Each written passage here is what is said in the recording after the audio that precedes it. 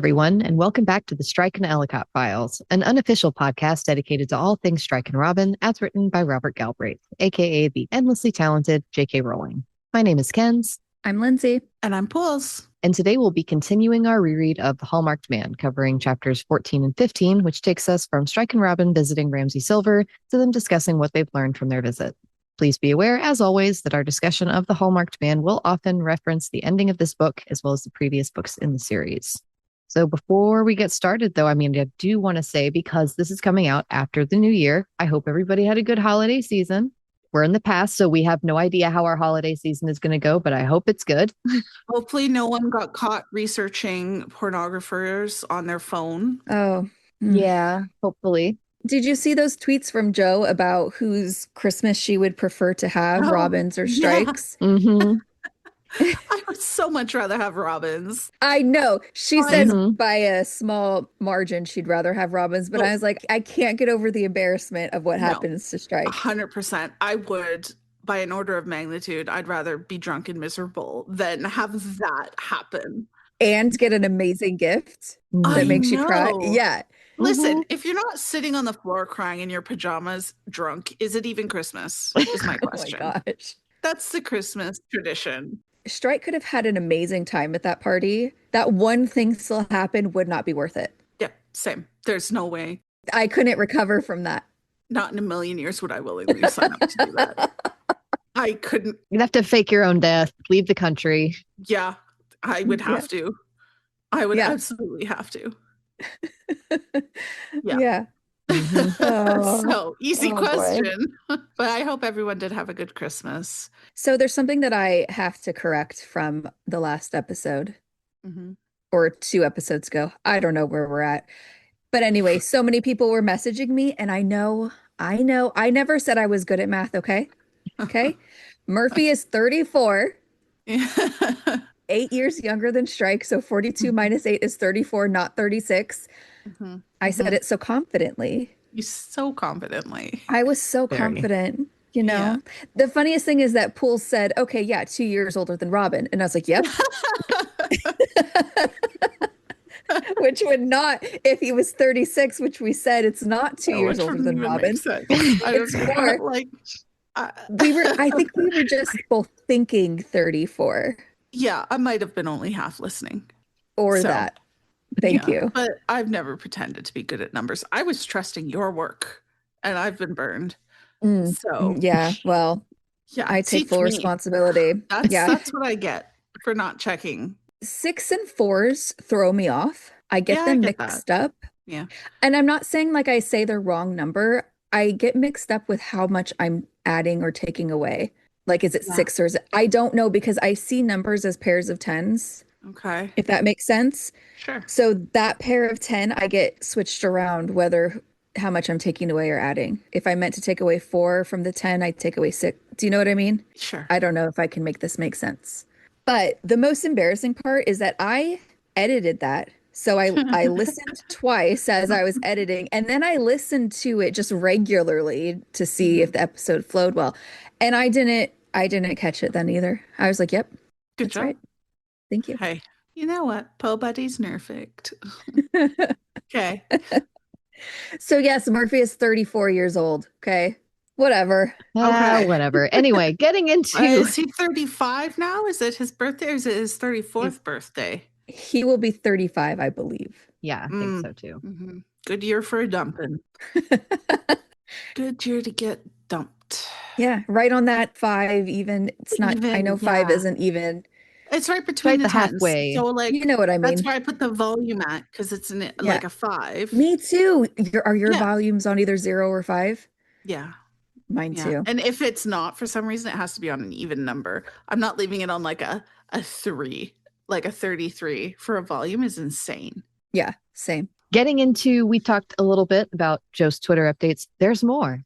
Yeah. I'm so glad she's back. Me too. I'm glad she was writing, but I'm also glad she's back.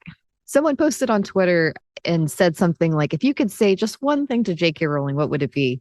And I'm sure those were great answers. I'm sure there was no bad answers in there at all. No.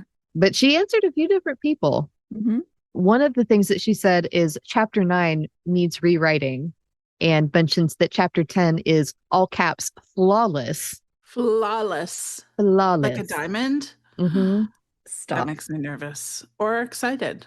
That's the thing. You don't know which you should be. God. I have no idea if she was being sarcastic, since the person she was responding to was joking that chapter 10 wasn't that great either, but it's intriguing. I'm choosing to take it very seriously, and I will be paying extra close attention to whatever chapters 9 and 10 are. I will make an attempt to do that as well. It's early in the book, so I might be able to actually do it before I get like swept up. We might be able to make this happen.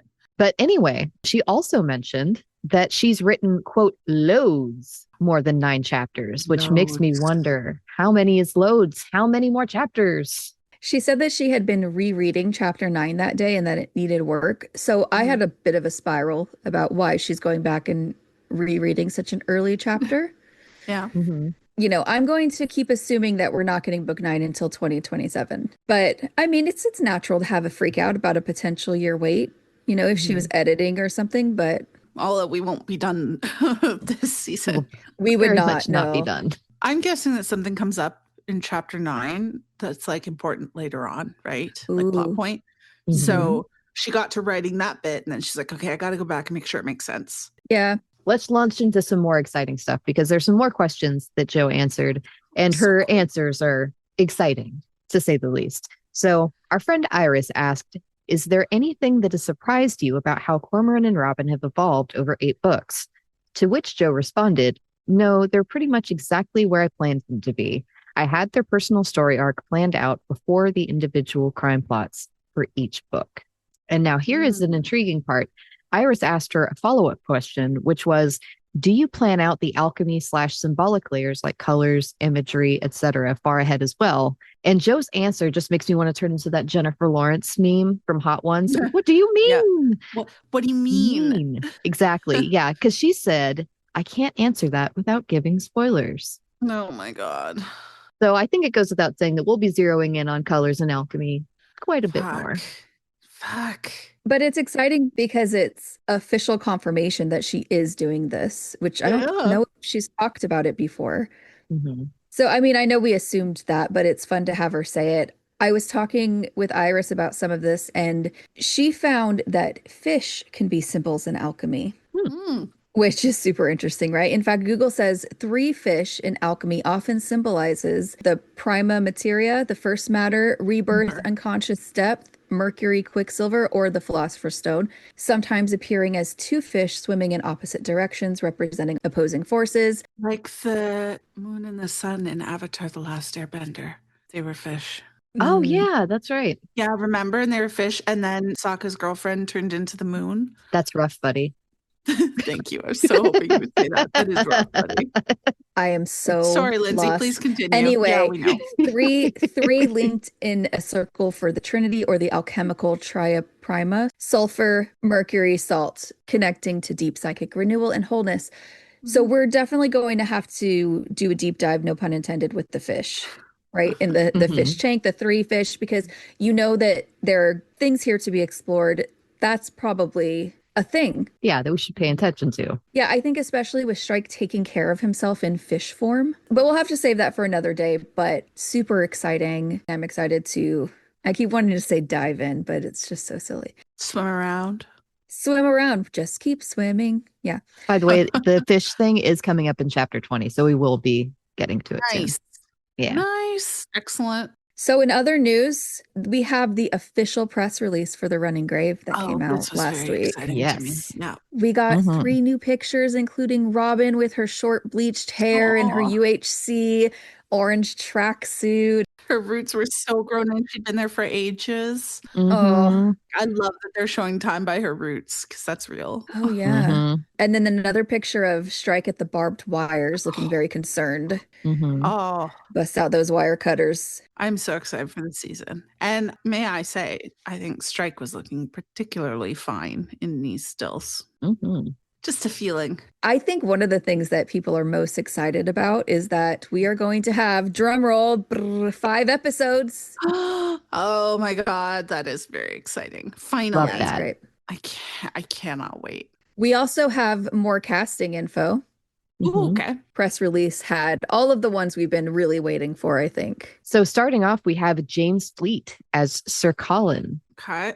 And I feel like he fits. And then let's see, after Sir Colin, there's Nicola McAuliffe, I think is how you pronounce her last name. And she is playing Shelley Heaton, which I think tells me we're going to get more in that Heaton interview, which is going to be that's going to be so funny. Another one, this one has been hotly anticipated, and I really like this casting. Keely Forsyth as Mazu. Oh, she is so amazing. Look at her. Lucy just sent me really good. Her headshot. Actually, let me save this for you. Yeah, that's really Let me send this headshot. Ooh, she's going to be spooky. Because, I mean, she looks perfect. Yeah, that's perfect. That's perfect. She's pretty scary, like, no offense. She's pretty scary. They'll be able to really scare her up with makeup and stuff. Oh my gosh, I know. The next one is Fabian McCallum as Will. Will, I can see it. Very Will. And then here's another hotly anticipated one. John Lynch as Jonathan Wace. Not Jane. Not Jane Lynch. Jane Lynch. Oh, yeah. Yeah, I could see it. Okay, and then we have two more ones, and one of them is we got news as early as this morning before we started recording. Yep. Thanks again, Lucy. Shout out to Lucy, who's the real MVP. Our TSEF casting correspondent. Yes, but the last two, there's Imogen Laker as young Lucy, which again points to more flashbacks. I know. Baby girl. And then the last one is Charlotte Law as Natasha. So I'm not sure if they're talking about Tasha Mayo or they've renamed some people at the cult or what it is. She's going to be in multiple episodes. She is going to be in multiple episodes. Yeah. Yeah. I saw Ginger suggesting Tasha Mayo too, which would be fun if they had that side case kind of running along. Do we have a release date yet? No, right? What are we thinking? Probably next Christmas. Well, the fall might work because they did start filming earlier than they usually do. Because usually they start in January. And this time they started in October or something? Yeah, something like that. And they'll be going, I think, until sometime in mid-January, February-ish. Yeah, so it is finishing early. So maybe the fall. That would be great. It'll be here before we know it. I know that. Yeah, it will. Just seems like a long way away now. One more thing before we wrap up this segment, though. I feel like we should point out that Fools has made an excellent video to Dress by Taylor Swift. Did you like that one, Ken's? I did. I liked it very much. Yep. It's a good song. Thank you. It's a good song. It's a great edit. Everybody should go check it out. It's very sweet. Thank you. Are we getting started? We're starting with our part 2 epigraph. Part 2. All right. The epigraph for this part. Sometimes the deepest minds prove the best in the end. And as long as there's anybody to pay for it, I suppose you go on digging. And that is from chapter 4 of A Maid of the Silver Sea by John Oxenham. I really like this one because you can easily replace minds with cases and it fits so well, right? Yes. This case is going to be a deep, deep mine and the justice that they get will be worth it. But also there's that somewhat practical side that someone has to pay for it to happen. True. Yeah. I know that this is, it's about the case and Dustin paying for it. But I also like to think it's a bit about their relationship because 7 years is a lot of digging. That is a deep shaft by now. And Strike is very dedicated to mining that vein. He's putting in the work. Well, he's a Cornish miner. He's a Cornish miner. He's going to strike that silver and he's going to get it. Get it, Strike. So chapter 14. In this chapter, Strike and Robin visit Ramsay Silver. The epigraph, you have taken the first step over its threshold, the first step toward the inner sanctuary and the heart of the temple. You are in the path that leads up the slope of the mountain of truth. That's The Morals and Dogma of the Ancient and Accepted Scottish Rite of Freemasonry by Albert Pike. We have got to abbreviate that. Just call it Morals and Dogma as opposed to Morals and Dogma, etc. This is a pretty straightforward one because they are stepping into the scene of the crime. There's a lot of evidence to be found in this place. So nicely worded, definitely true for Strike and Robin as they walk into the shop. And I don't know why, but the slope of the Mountain of Truth, it reminds me of how they descend down the stairs into the, what's the word I'm looking for? The vault? Into the cellar, the vaults. vault Thank you, the area. vaults. Mm-hmm. You know who is a mountain of truth? I already know what you're going to say. Then I don't even need to say it. No, you don't. Nope. This epigraph is, I think it's pretty straightforward. You're right. In regards to the chapter, they're stepping over the threshold of the investigation. They're starting on the path to uncovering the mystery truth, but a bunch of mysteries. So to open this chapter, Strike calls Robin and has her give her surveillance to Kim so she can come with him to the Ramsay Silver shop and check out the scene of the murder. A couple things worth noting here. This is yet another schedule change where they weren't expecting to see each other, but they do. And it's engineered by Strike because he's the one making moves to spend time with her. And he does it again later in the book where she cancels their planned meetings or avoids him or runs out early, which it's an illustration of their opposing narrative trajectories for their books. Like their goals are putting them in at odds and putting them into conflict, right? So Strike is trying to get close to Robin because he loves her, wants to tell her so. Robin is trying to keep it at arm's length because she loves him and is trying to pretend she doesn't. I guess stories need conflict to be interesting. It is actually the absolute agony of them being so close and yet so far from kissing that keeps us really hooked. It is. I love to see the happy endings too, but there is something about the the tension. There is something about it. Yep. Maybe we could just have a little bit more happiness next time though, Joe. Maybe just a teeny bit. Yeah, a few more moments of levity. I feel like the only thing because I get that the misery was to some degree necessary, right? But I feel like there needed to be some more moments of levity in that misery because I feel like the misery fucked with the pacing at a certain point in the book and made it drag on a little bit. There's a stretch of about 20 chapters where it's really painful. It's really painful. I think it's usually right after Christmas. To the point at which she sees him clearly. The crying in the office. Valentine's Day. Yeah, exactly. Those are the chapters that I listened to on 1.5 speed the second time because they hurt. They hurt. Yeah. How many episodes is that going to be for us? I know. We're going to have to bust out some cult chapter cleanses. Mega. I think that some of that is going to pay off in the next book. It is. They've got to go through the long, dark night of the soul. Yeah, I think a lot about that time where she talked about how she's planned their relationship in a way that hits all of these moments that feels really satisfying to her and that it's what she likes to read. Joe. God. Who are you? I think that's really comforting, though, because when you talk about these kinds of things with the double proposal and the Austen connection, so if we know what she likes to read, which we know that she likes Jane Austen and the Brontes. So the other thing about this is that this change of plans, it lifts Robin's spirits. So weird. I believe that Robin is excited to see the scene of the crime, of course, because she's Robin.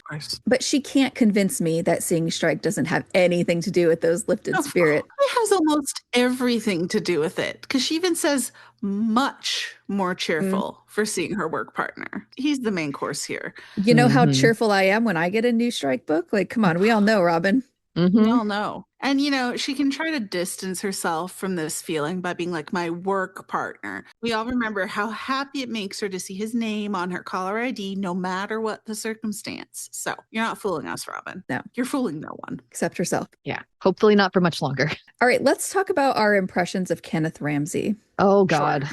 He's fine. Not the best, not the worst, I suppose. I think I would be more sympathetic if he hadn't gone all cartoonized at Robin's boobs. Awooga. Yeah.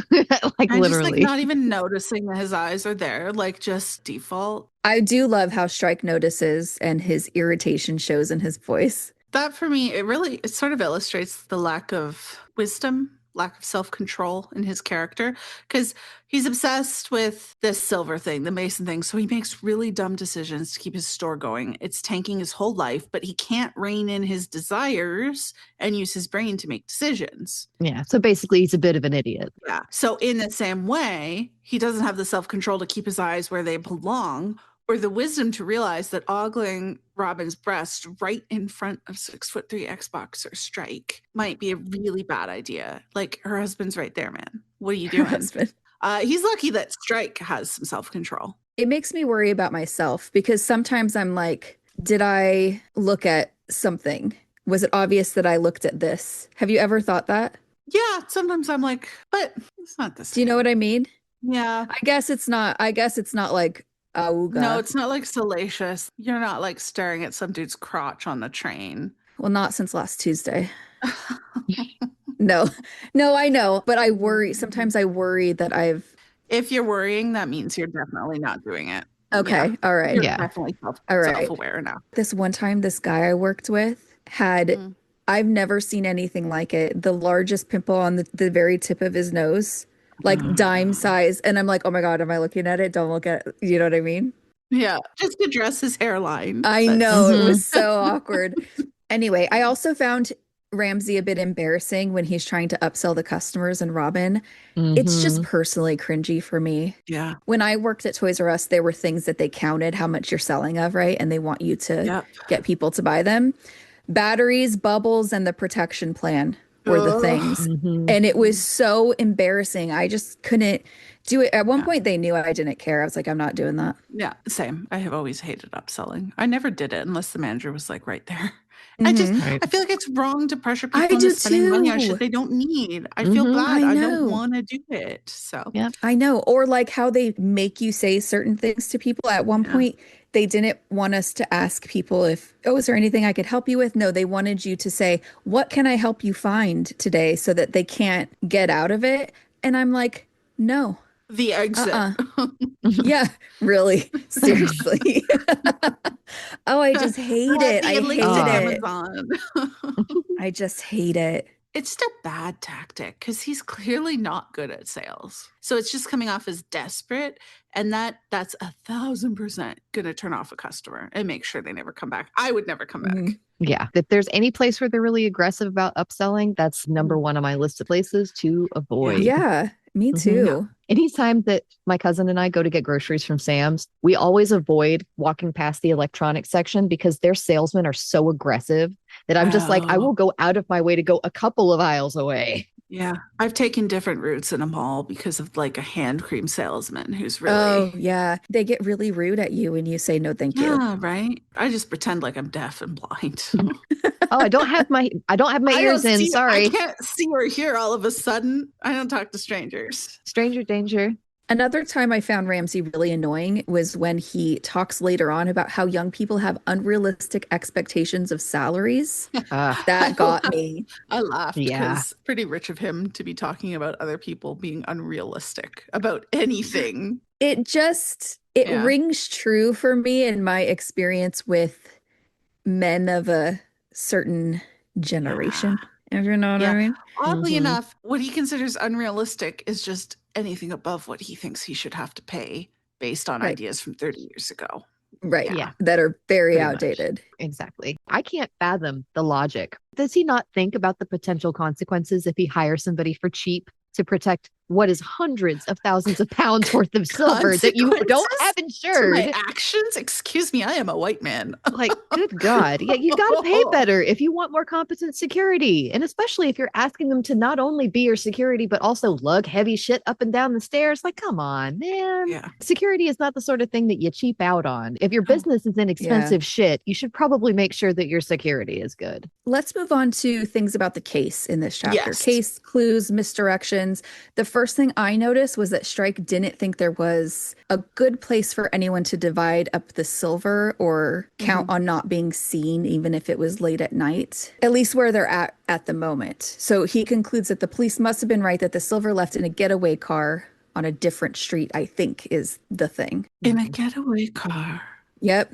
But it is such a mystery. I always think about Strike and Robin at the Ritz when it's like, knew from the first old fashioned we were cursed. Oh my God. Yeah, I know. Like a shotgun shot in the dark. Oh. Yeah, and Robin getting in her getaway taxi. Anyway, I didn't even finish my sentence. Sorry. And I got distracted by... Okay, so he thinks that the silver must have left in a getaway car. We know that that's not true. It never left. But we should have known that the police theory wouldn't be right. Couldn't be right. It's the police came up with it. It's the police theory. Yeah. I feel like we get this obvious clue pretty soon on that The police theory, it's definitely not right because one of those pieces of silver, just the centerpiece, was so heavy it took 2 guys to bring it downstairs, and it wasn't an easy lift. Well, weren't they carrying down Tyler in the box? Oh, yeah. So the actual centerpiece wasn't that heavy, but the actual centerpiece was pretty heavy. It was big. I think that at that point, when Strike talks about a getaway car, they had walked down a different alley, and he says, I think that the police are right.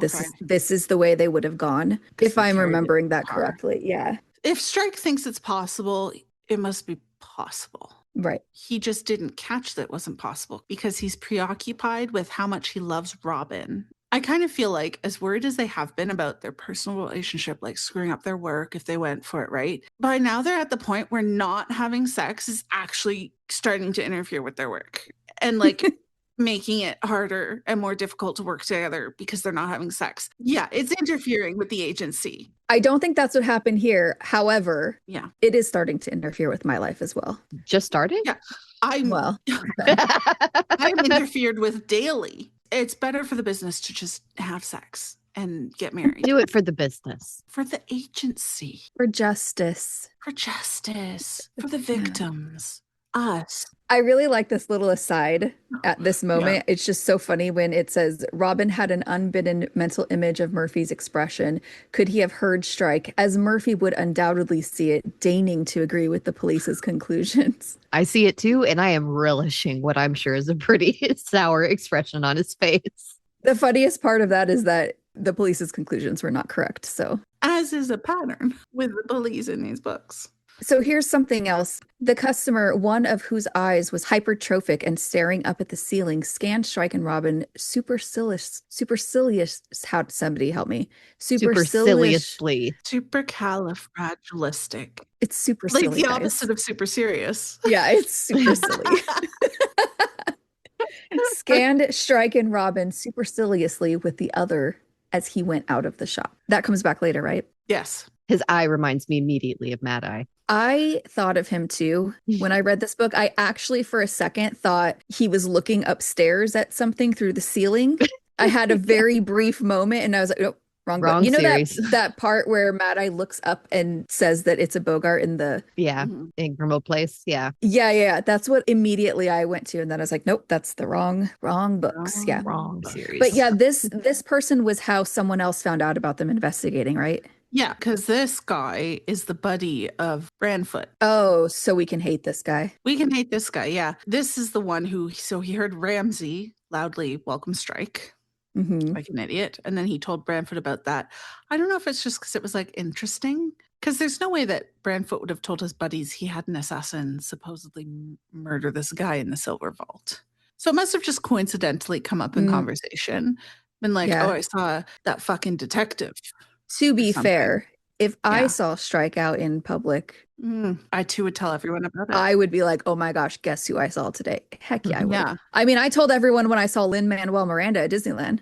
That's fair. That's fair. You did. I remember. Yeah, you do tell your friends about your celebrity sightings. Who doesn't? That's normal. And it's like, oh, that place that was in the news for the murder. Guess who's investigating that? Yeah, so I get it.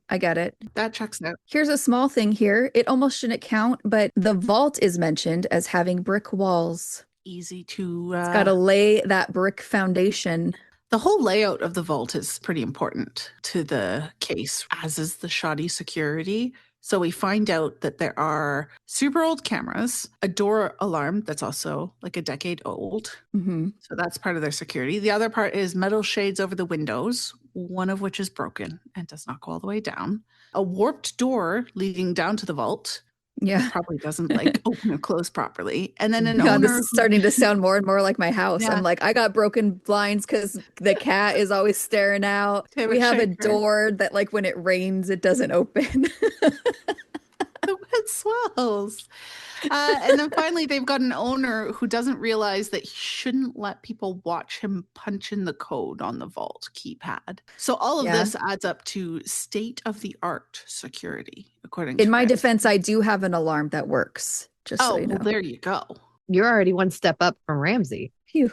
But like you say, state-of-the-art security, I'm picturing like retinal scanners. I'm picturing laser grids. I have a better camera set up to watch my cats. So basically, we now know that pretty much anyone could have managed to break into this vault. Yeah, he might as well have just left the windows and door open. And then we have the layout to the basement, which is, so vault is to the front, a small toilet is to the right, and to the left is a sink, laminate cabinets, and coat hooks. And it's at the back of these cabinets that the wall has been knocked through and the silver's hidden, right? Because Robin has to like climb underneath them to get it it open. Yeah. I definitely remember her climbing into cabinets. Yeah, and then didn't Ramsay like crawl in there or something? Yeah, he crawled in there and then started sobbing. Yeah. Super dignified. with your ass in the air. Ass in the air. Ass up, tears down. Like, oh, God. I'm going to put all of the things that come up about DCI Truman in here as a giant misdirection. I think I was more suspicious of the Masons at this point in the book just because Truman was trying so hard to lead them away from it. I think I'd assumed from the start that the whole Mason thing was going to be a misdirection. The murder was too obviously and too sloppily connected to the Mason stuff. That's a false flag. I guess I was just interested in why he was shifting focus. Yeah, I had a feeling from the start that it wasn't going to be as important as we might have originally thought. Yeah. It was a smart thing to do on the killer's part, though, because adding in Masonic stuff stirred up that public excitement and conspiracies. And in doing so, it obscures any other possible motive. I kind of wonder if he was hoping that some powerful Mason would shut the investigation down for the sake of their PR. That might have been too smart for him, but maybe, which did kind of what happened.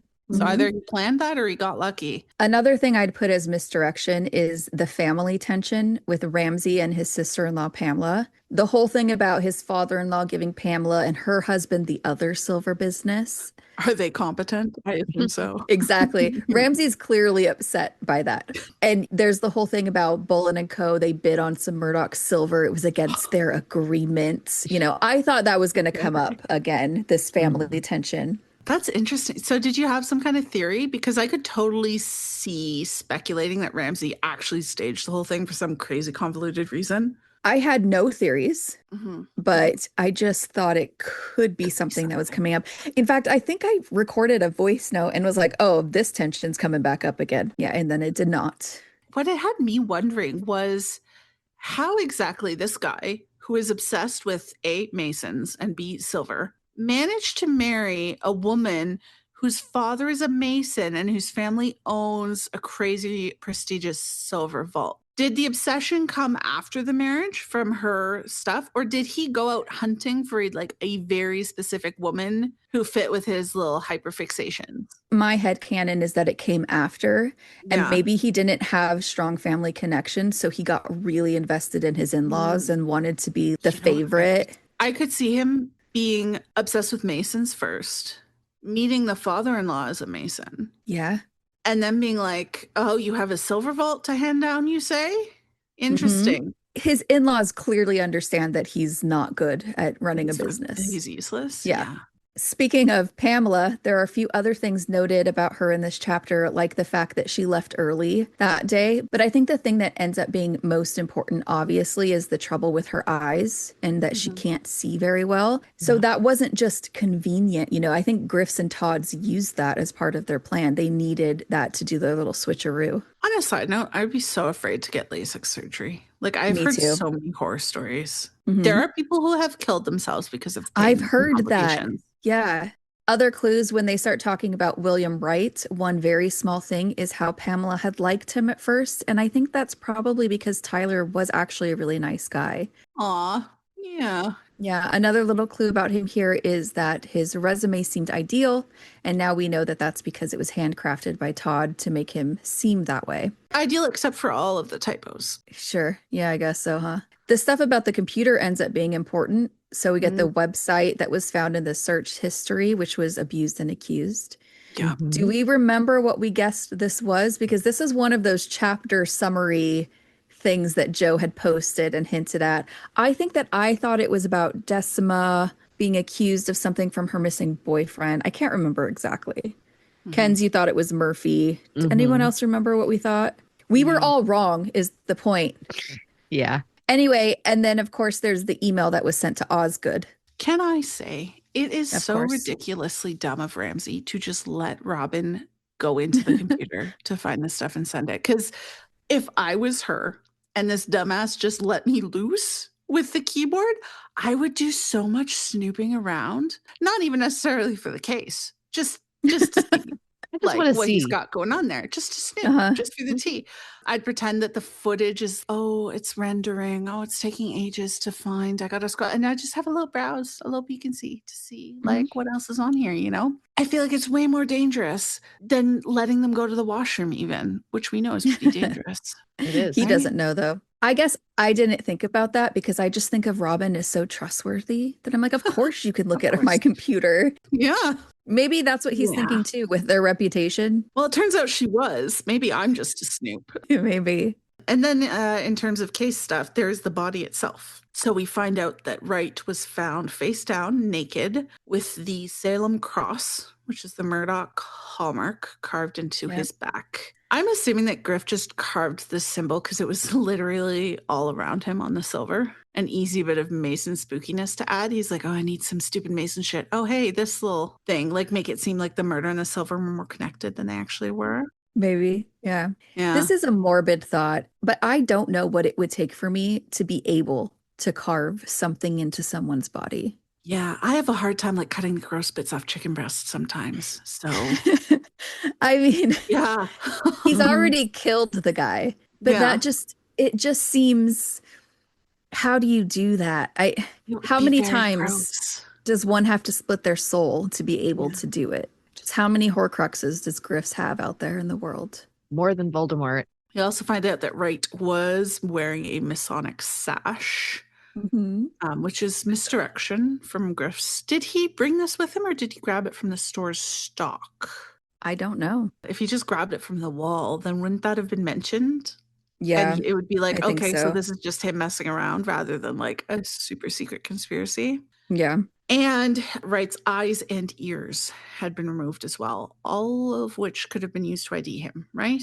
Yeah, I actually noticed in a chapter that's coming up that Tyler is described as having overly large ears. And I think that's why he removed them, because it would be too obvious if there was any interest in his disappearance. That makes sense. It's sad, yeah. And we do get that bit about his large ears in the chapter coming up. Do you know what? So this bit about the ears, it made me realize that Strike almost gets his own ear cut off in the last chapter, just like Tyler. Oh, yeah. Right? Yeah. I think there are things he has in common with all of the male victims. Because Semple, that's obvious. But Tyler, Strike likes football. He ends up saving a girl from Griff's like Tyler's trying to do.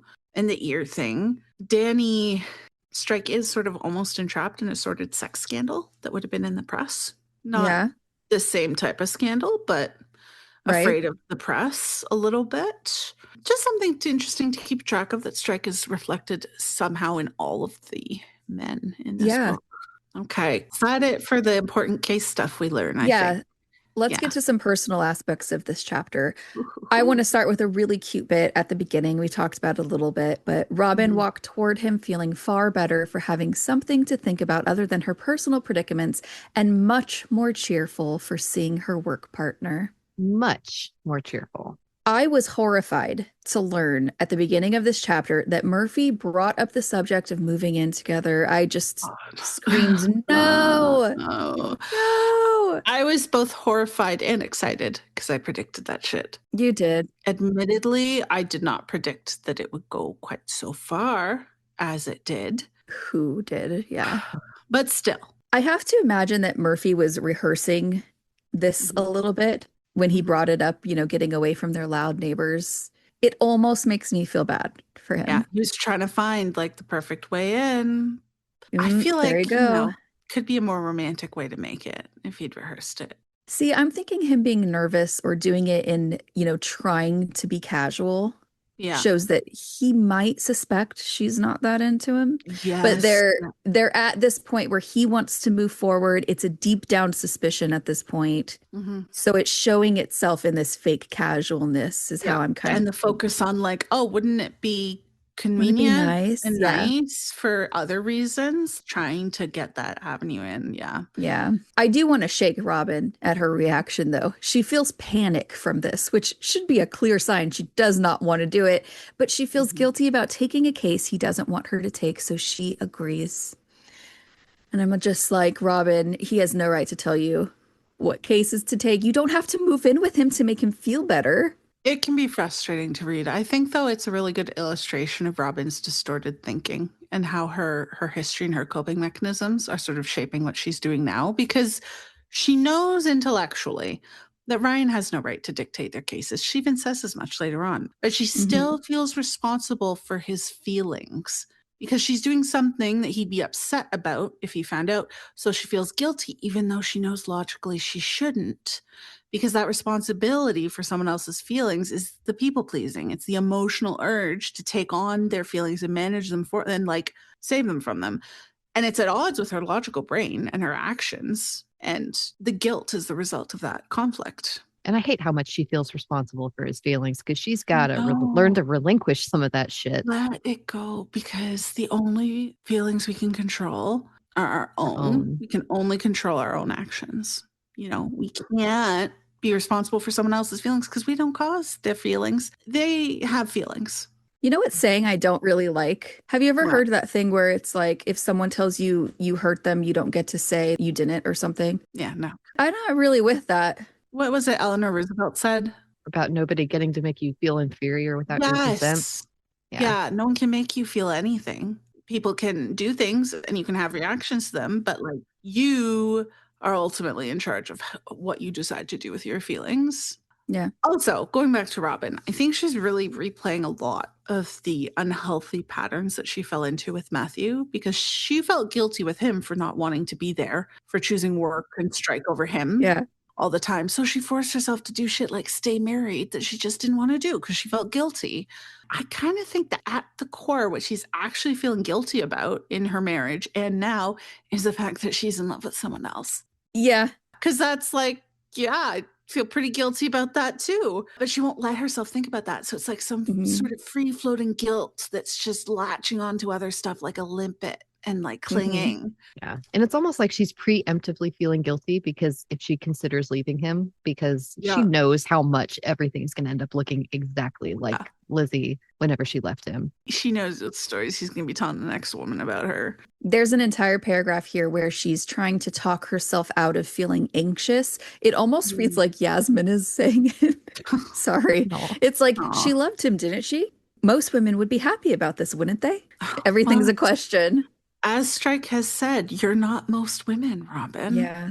She even thinks of it herself just a bit further on. Yeah. She's not. I feel like she's trapped. She's trapped in the swamp of shoulds. Like she should. Swamp of shoulds. Shoulds, yeah. I was going for some alliteration. So she has to slog through the swamp to get to the meadow of what I actually want. Okay. But the mists of trauma are making it hard to find her way out, you know? Wow. The will-o'-the-wisp of willfully distracting herself. I don't know why, but thinking about the mind like a map of a bad fantasy novel kind of works for me, honestly. You know, I deeply love that as a concept. I think that if any listeners have any ideas, like additional things to expound on that and want to send us in anything, that would be fun. Little mind map, Robin's fantasy mind map. Yeah, there you go. That'd be cute. I just can't believe that faced with this panicked feeling about this, that she doesn't realize that she doesn't love him. You know? Yeah. She compares the thought of living with Murphy to how she had felt in the last house she shared with Matthew. And then, of course, she thinks that Murphy isn't Matthew. And I think people will disagree with me here because they think he's just as bad as Matthew or worse. But I don't think that he is. Matthew did set a very high bar for assholishness. He set the bar high. It's going to be hard to get over that bar. I actually think it's a fair comparison to make because the problem is that Robin didn't love Matthew. She didn't want the same things that he did. And it's the exact same problem she has with Murphy. It doesn't matter if they're the same or different. You know, it's her. Yeah. With her comparison she keeps making her, she can't see the forest for the trees because she's so focused on the differences between Ryan and Matthew. She's finding them. They're there because she wants to convince herself that she loves Ryan. she's so focused on those differences, she can't see the overall picture is the same picture because it's her. Yeah, we need Pam. It's the same picture. It's the same picture, Robin. Yeah. Because it's the picture you're painting. And if she were to go through with this, she would be just as miserable as she was when she lived with Matthew. Fucking miserable. Yeah. So thank God someone else bought that house out of from under them. I would have been brutal. Never been more happy about a gazumping. Well, Strike's gazumping in the last chapter. Well, okay, I take it back. I take it back. Yeah. Like I call it's the Great Gazumping. The Great Gazumping. Got in there first. That's got to be the title of the episode when we finally get there. The Great Gazumping. The Great Gazumping. It was a better offer. So we also get a letter from the doctor that's tying in with her bad feelings about potentially moving in with Murphy. This paragraph actually made me laugh a little bit because she was thinking about how she didn't see the point of a follow-up appointment. And I thought for sure that this was going to come up again. Like she might get an infection or a tear or something because she wasn't careful and she's just not making an appointment to go. Yeah, no, same. I was very shocked we didn't get more about this.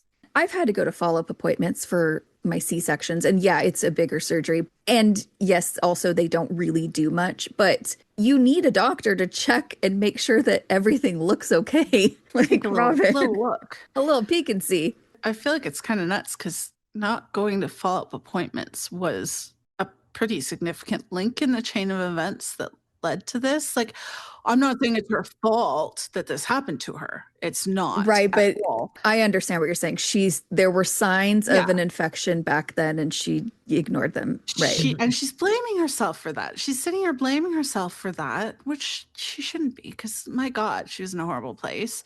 And 19. But now she's here and she's doing that while also not taking care of herself again. Immediately saying like, oh, I don't need to see a doctor. It's fine. Yeah. It's like she can see and understand her past mistakes. She can do that. She can't quite grasp the fact she's making them all again in different ways. Have we ever talked about the fact that both Strike and Robin were 19 when significant things happened? So with Robin's attack and then meeting Charlotte, they were both 19, right? They were both 19.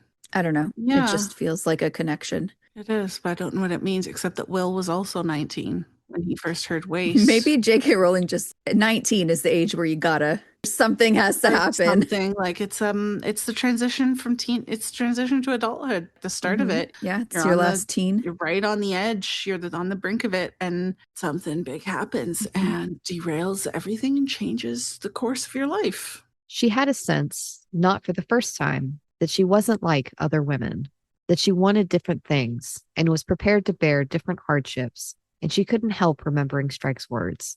That'd be my view in your position, but some might say that's why I'm still single. Others might say it's because the love of your life is standing right here and you haven't told her yet, but okay. The signs are so clear for Robin. She does want different things, and that's okay, but trying to pretend that you don't is just making her more miserable. Good thing we know she's going to fix this problem. I already want to preemptively buy Dr. Broccoli a beer. Doc Brock's going to help. I think the big shock at the end is going to help. So what are some other things worth noting in this chapter? We get the first sign of Land Rover troubles. No. I think I knew. Yeah, I think I knew at this point that we weren't going to make it. And I ended up feeling okay about it since Robin was freezing in the car. Yes. Oh my God. Yeah. And it doesn't even have Bluetooth. A shame. They can make new memories in the new Land Rover, the one that they own together. This was a necessary sacrifice to usher in this new era. I did move on from this loss very quickly.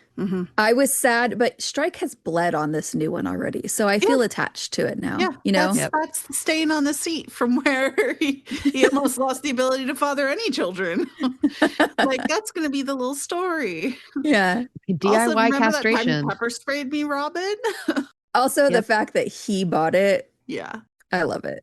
I always think it's fun to look at any interview tactics that Strike or Robin use. And I noticed that he uses the word neff to Ramsay, which gives Ramsay the impression that Strike knows his Silver. And I just think little things like that. It got Ramsay on his side. I like seeing those little interview tactics. With the unfortunate side effect of launching him onto a whole tangent about Silver and Masons. But I feel like letting a witness go on about their interests might be like a good way to get them to relax a bit and let their guard down. And like you said, getting them to see Strike more favorably. if I was being interviewed and someone was like, "Oh, tell me about these books." Oh boy. Oh Okay, boy. new I'd bestie. be a fucking nightmare for anyone trying to interview me. Oh my God. Yeah. Let's hope the Yeah. cops never have to interview as a witness, because They know how to get you. Yeah. it's gonna be bad. It'll Know be how a to get you to disaster. open One, up. I won't remember a single thing about what they're asking me. And two, it's pretty easy to set me off on a tangent. Like, Yeah. Oh, let's be yeah. real. I Yeah. know. How much of the interview would be singing Taylor Swift songs? Oh my God. A lot. Oh, was there a getaway car, you say? Oh no. They're reading the transcripts in court. Like, you gotta sing it. You gotta sing along, guys. Okay, this is another small thing, but I do think it's kind of fun to see all of the ways that J.K. Rowling incorporated silver in this book. The last time Robin was doing surveillance under silver lights, it was all decked out for Christmas, right? Now it's Kenneth Ramsay's hair being silver. Maybe he dyes it because he's so obsessed with silver. I don't know. But Maybe he was that guy at the Ritz. Oh my God. he's the silver guy at the Ritz. I will just say he doesn't have the money to be at the Ritz. I knew you were going to say that. I knew it. Well, I I mean, he was managed to waiting. find some money to Oh get my all God. of that silver. Yeah, I don't know. crazy. I will say, though, that this thinking of silver made me go back to my blog post about the Merchant of Venice and Portia Your what? Sears. Yeah, I know. And honestly, I think I was onto something because it kind of holds up even better now. I've had some ideas, so I'm going to work on that. But I will say that silver being the dominant image of this book, where Murphy's trying desperately to lock Robin down, makes a lot of sense to me. And I have some good thoughts about lead. We all and can't wait Strike. to read it. And maybe he might get shot in the next book. Strike? Yeah, because of lead. What's wrong with you? I'm the worst, and he hasn't been shot yet. He got stabbed. He gets just a little shooting, like in his arm, or Can he at least have like a bulletproof vest on? sure. Oh, I don't like lead. it. Yeah, okay.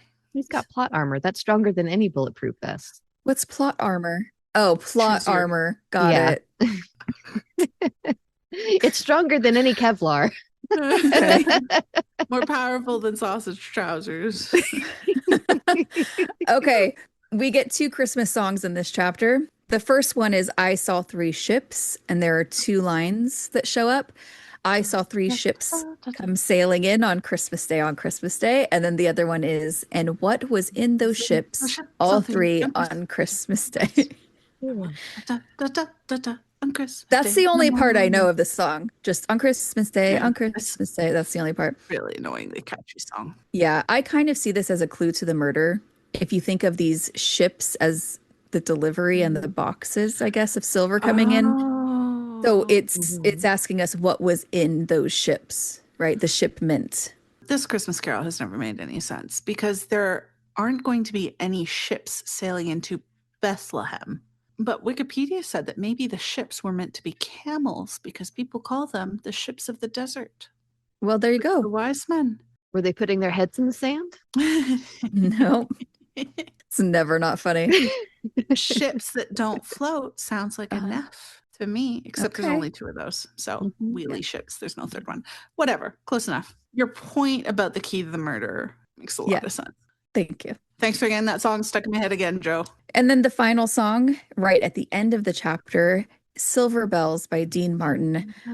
I don't think there isn't any clue or anything to this song, but connecting to the silver theme. And it was really fun to spot it in the book because of that contest that Joe had done with the plush Hardy. I actually did get those songs right, but you did. I wanted that Hardy. We all wanted the plush Hardy. It was so cute. All right, chapter 15. Okay, in this chapter, Robin and Strike discuss what they've learned from visiting Ramsay Silver. The epigraph reads, "The deed a man may do on the spur of the moment, when his brain is on fire, is not so readily done when it has to be thought about." And that's from chapter 8 of A Maid in the Silver Sea by John Oxenham. I think this epigraph might actually answer a question for me because in the chapter, I had wondered if Strike might have actually said the thing we wanted him to say and been direct had someone, Midge, not called.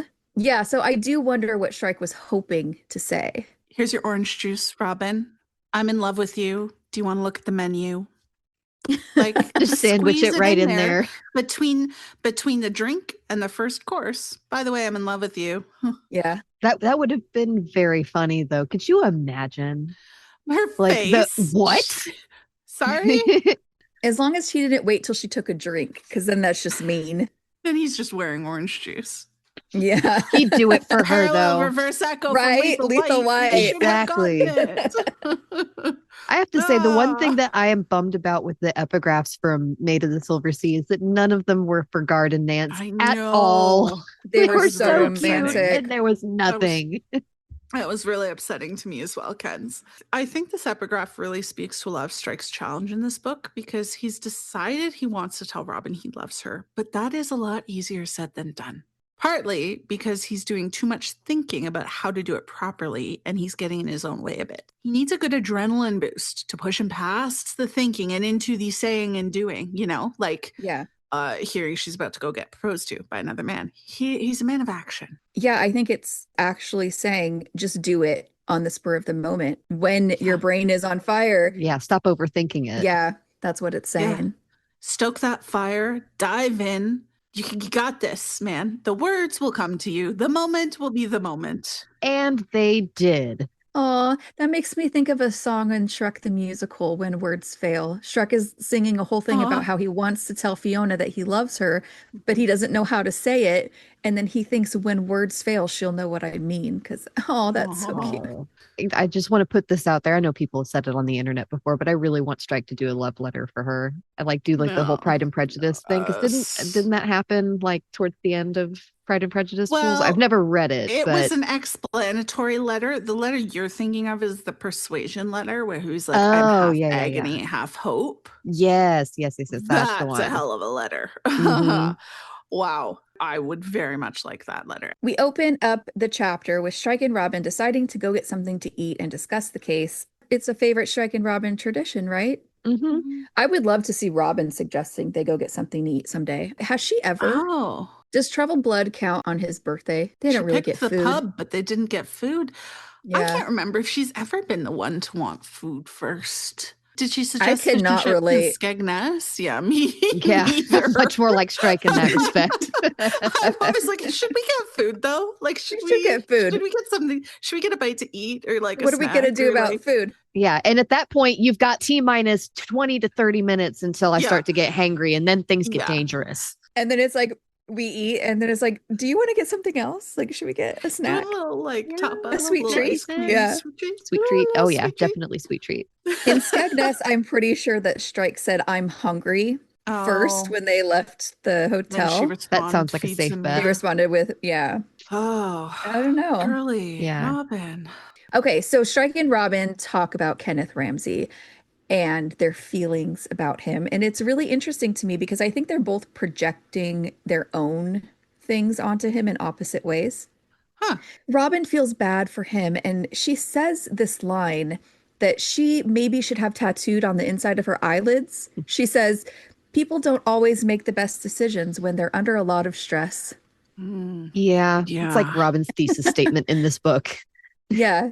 I wouldn't be surprised if that ended up coming up again later. And then the bad decisions lead to more stress, which makes decisions even worse. That is a very unelegant circle. It's the lumpy circle. Spiral. But it makes sense to me that Robin is more sympathetic to Ramsay, given that she's under stress and she's making some bad decisions. I think that there's a connection there. That's interesting. It would suggest like a subconscious awareness that she is actually making terrible decisions. So some part of her knows.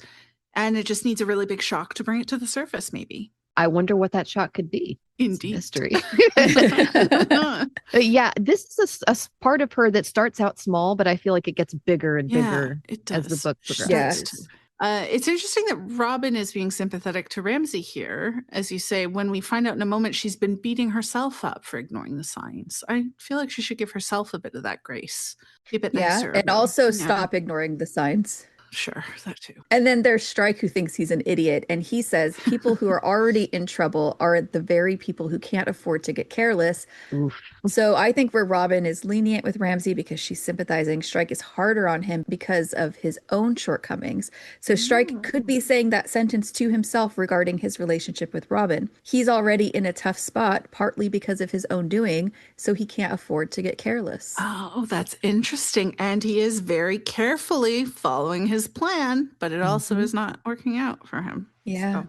Yeah. Honestly, though, I'm with Strike on this one. Ramsay's an idiot. Like, calls him like I sees him.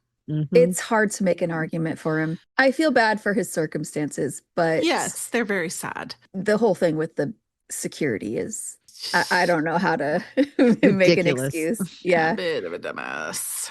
Next, let's talk about their discussion on male victims. It's a pretty quick conversation, but an important one for this book. It comes up because Robin is surprised that people lost interest so quickly in this case because of how gruesome the murder was, which I kind of understand, right? The more gruesome, you'd think people would be more interested. Yeah, Strike says that it isn't fashionable to suggest that men are seen as disposable in certain contexts. Men don't tug at the public heartstrings the way women and kids do. There are far more men sleeping rough. They get a lot less press traction when they go missing.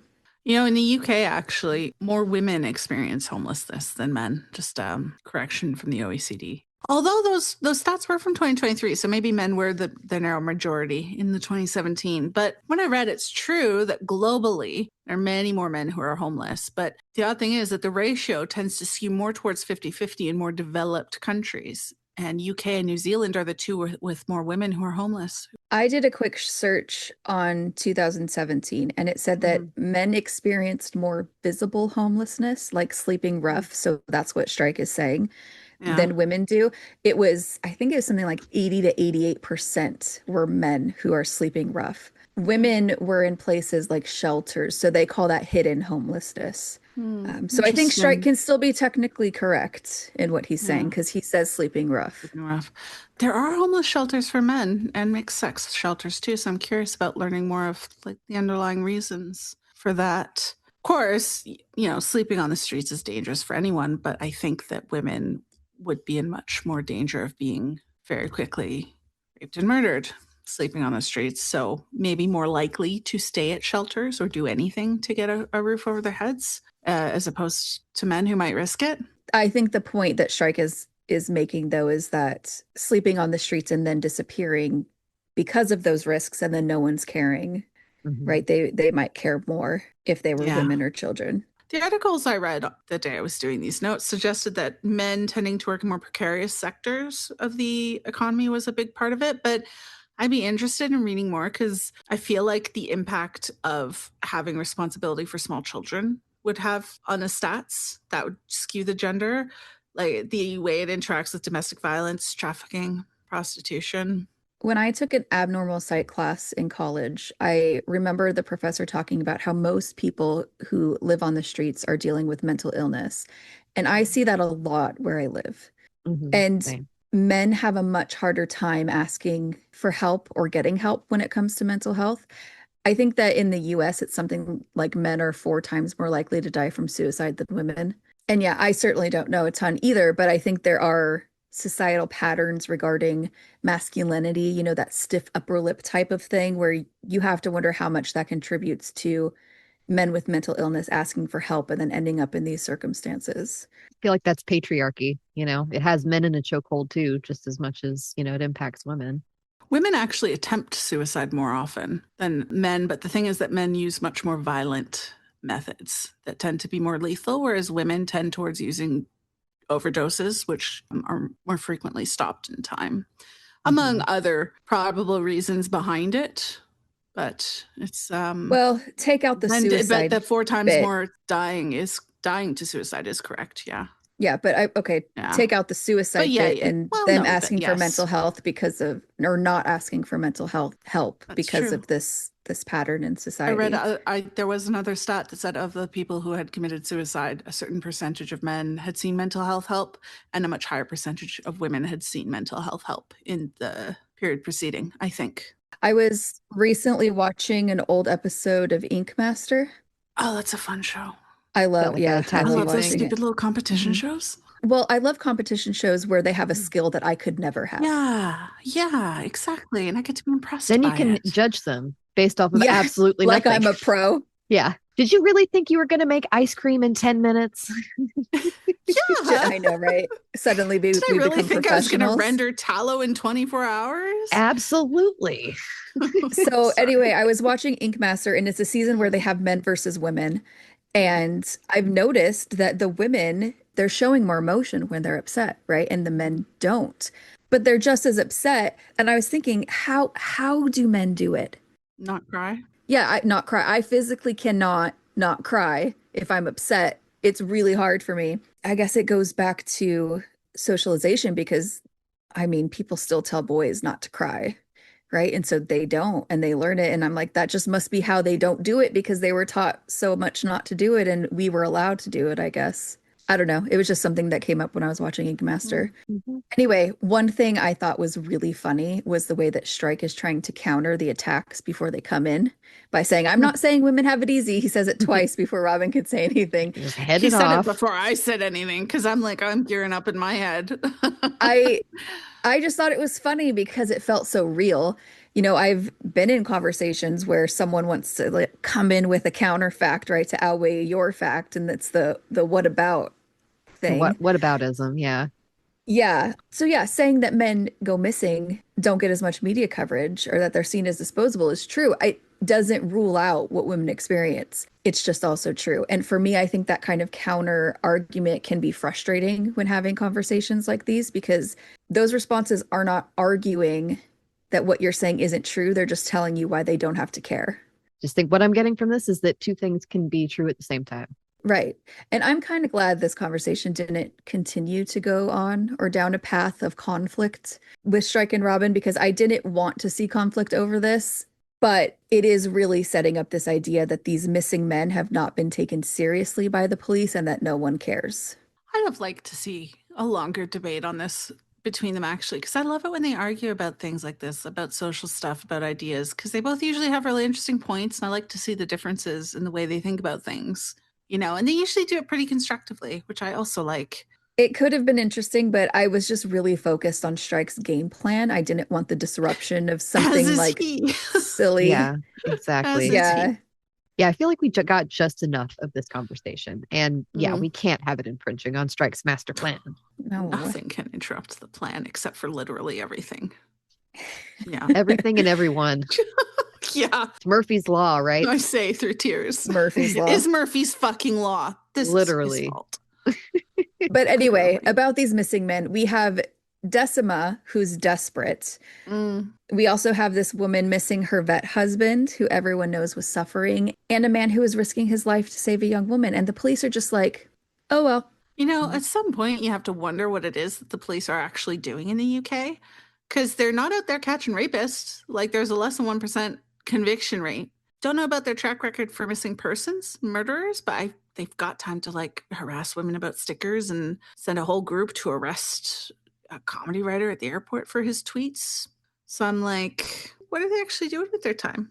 I really hope that Joe's gearing up for a major like corrupt/incompetent Met storyline because there's a lot of fodder in the news for inspiration. It's possible. Though I don't know. The Met being incompetent in general seems to be a running theme in these books. Yeah. Like you could just assume that whatever job they've done, it's garbage. The competent ones all come and work for the Strellicott agency instead. Exactly. The missing man case that I want to see solved the most is Bryce Lespisa. It just really bothers me. It's really creepy how he disappeared. And also he went to college not that far away from me. Really? Yeah. Sierra Hens, College. you got to be out there looking. I'm going to have to go out there looking the next time that I'm out there. Crime Junkie, the podcast, does a lot of missing persons cases because they really focus on crimes that need attention and that don't get a lot of attention. Mm-hmm. So there are some missing men's cases in the Crime Junkie catalog, and Bryce Lespisa is one of those episodes that just have really stood out to me as a missing persons case that's just really sad and just so confusing because how did it happen? I feel like it's not very likely that he's alive. Oh, that's so sad. Bryce Lespisa. Go look him up on Crime Junkie. All right, let's go on to the case and the clues and the misdirections. Okay. I don't really know what to call this part because it's not a clue. It's not a misdirection. It's there. Strike's first theory is that there's collusion going on with the staff. He suggests that Todd was in on it and cleaned all the evidence away, and that Pamela left early on purpose as part of the plan. He's half right. I can't really call it a clue, but I do like to spot a correct guess from either Strike or Robin really early on like this. It's a really fun part of a reread. More than half. I'd give him a 3/4 right for that, honestly, because Pamela getting the text and leaving early was part of the plan. She just wasn't in on it. Yeah. I also like that Robin knew he was gearing up to suggest collusion. He didn't even have to say it. They were on the same wavelength. She picked up on all this suspicious stuff too. Robin is looking at the pamphlet that Strike got from Ramsay with all the silver items he bought. She estimates that it was about 150,000 pounds. Oh, I know, it almost makes me wonder why Griffiths would risk leaving it there, because if they had found it, it would have been very clear that the motive wasn't robbery. But I think it's a much higher risk to actually take it, because then what do you do with it? yeah. Right. I feel like he physically couldn't have taken the silver. There was no way to get it out of the vault and hidden and do all of that body mutilating and staging because he didn't have a crew of guys that the police thought were there. It was just him. To be fair, behind the wall, I think this was the least risky plan he could have done. It was just bad luck that he got the Strike and Ellicott Detective Agency poking around on this because the police would never have solved it. Can you imagine if it was 50 years in the future and someone else has this shop? Oh my And God, yeah. they're doing like renovations, and then all Like, of a oh, sudden fuck. they find all this hidden silver. That'd be so good. The start of a Nicolas Cage movie. Ramsay screaming from his nursing home when he reads about it in the paper. My Silver! I don't think he'll be Yeah. alive in 50 years, but you know. Oh, yeah, no. But when Robin said how much money Ramsay spent on the silver that's now gone and wondering where the hell he got so much money, she had me wondering if maybe there was a loan shark involved who killed Wright as a warning or something. Turned out it wasn't Okay. that. But that is a big chunk of money. How did he buy all that silver? Do we ever find out where he got that I don't know. cash? I wonder if his son had life insurance. Oh. Oh my God. And he spent it on this. I mean, do you put it past him? If I was his wife, I would very quickly be a widow. It's why she had a after learning of stroke. that. I'd be like, Yeah, it's why she had a stroke. murder. Just the thought flames on the side of my On the face. side of my face. Oh, You should let Chase know now that that's a bad idea, just in case he gets any ideas. He would never dare. Good. No. Oh my God. I'm having a fit thinking about that. Whew, breathe, pulse. Money's not real. People aren't real. Money's This not movie's real. not real. It's fictional. Robin's looking through the things that he bought, and she wonders what a setting mall is. And she thinks it looks like a plunger. And it's funny because it absolutely does look like a plunger. I looked it up. But it's a sort of hammer that's used to set stones. Ah, What are you willing to bet that there is some sort of fancy Masonic plunger that exists? yeah. It is an essential prop in the most sacred ritual of the 46 super secret step, the unclogging of the pipe of wisdom. The pipe of wisdom. Unclogging the turd of the Grand Master Mason. Oh my God. You know what these look like? They look like I could pound, like, those meat pounders. Like where Okay. Yeah. The reason why I'm bringing up this object is because it is connected to the story of Hiram Abiff, because it's one of the objects that the ruffians used against him. And so symbolically, this object represents violent death and the completion of work. Oh, can someone else make a really bad joke about the violent death of a toilet after curry night or something? Because I can't do it. I'm a delicate flower, but someone's got to make the joke. Because it's too I think easy. you just did it. No, We corrupted you. I am the shocked Pikachu meme. I never thought I'd live to see the day. I don't even know what to do with this. Who are you? It's such an easy joke. You have to make it. But the thing, I will tell you, I did not even think of that. Not God even. Damn it! You're the one who thought of. Your brain went there. You thought of it. I was thinking of the real thing, which is that we have a violent death of Tyler Powell and maybe a sign that Strike and Robin, will complete their work and solve the case. Oh, and it's used to set stones like the bricks in the wall being set back to hide the silver. Yeah. I know bricks aren't stones, but same function. Still. So I feel like the tool to hit bricks and the tool to hit stones is probably pretty much the same tool. I wouldn't know. How much of a difference can it really be? Yeah. Another item Robin notes is the two-headed eagle on a Teutonic cross. These are two separate symbols that when combined is often seen as a symbol of imperial and religious power. I feel like this must be derived from the Roman eagle via the Nazis somehow. Because those are the two things that I most associate with that image. I'm not sure it's actually based on anything. I could Google it, or I could get Ken's to Google it for me, which I prefer to do. Yeah, Nazis were on my mind too when I read that. Yeah. Also Assassin's Creed, but more. Oh, yeah. More than Nazis. I should have thought of Assassin's Creed. Yeah, the Teutonic flags and whatnot. Yeah. What's funny is some of the early versions of what ended up becoming the Nazi eagle did have two heads at one point, even though the Nazi eagle has one head. There used to be like a double-headed thing for I think it was like the coat of arms for Austria and then also Germany. So. Oh, okay. Oh. It started out fine and then it became not fine. Like the actual Nazi sign. Yeah. Yeah. But the two-headed eagle itself is a little more interesting. It can represent duality and unity, such as the connection between the earthly and the spiritual, or the masculine and the feminine. It can also represent looking into the past and the future. And I like all of that for Strike and Robin. It's very yin and yang. Yeah. Except more feathers, harder to draw. Sure. Yeah, like the yin and yang, I could draw that. You could draw a circle?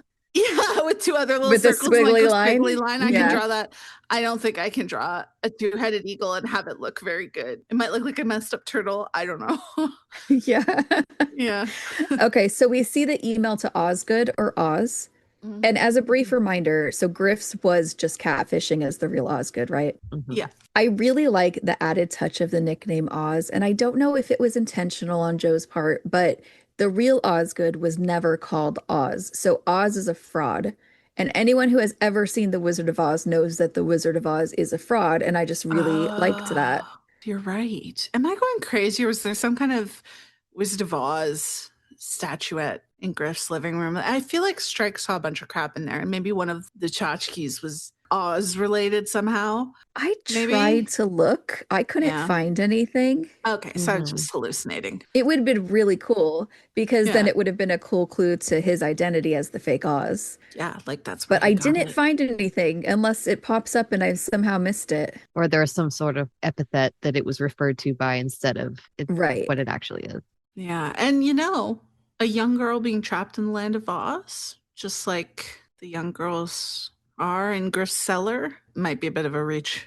Maybe. When it comes to the anxiety that Robin is feeling over Strike wanting to investigate Truman and asking if it's necessary, what are our thoughts on this? Because it's kind of surprising that Robin wants to avoid this line of inquiry because, first of all, it is absolutely necessary to investigate Truman being a Mason.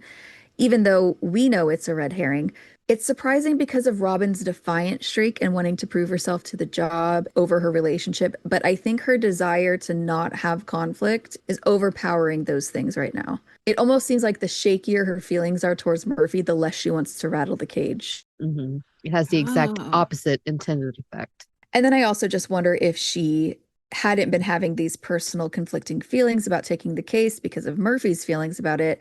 I wondered if she would have questioned the morality of taking the case in this chapter. Yeah, I think it would be a bit less. I think she still would have. I guess I'm just wondering because it doesn't seem super questionable to me. I mean, Strike is pretty honest with Decima. He's not feeding into her delusion or into a delusion. He's not making promises he can't keep. They take on 2 times all the time, which he's a totally delusional client, thinking all of these women are cheating on him when a lot of them aren't.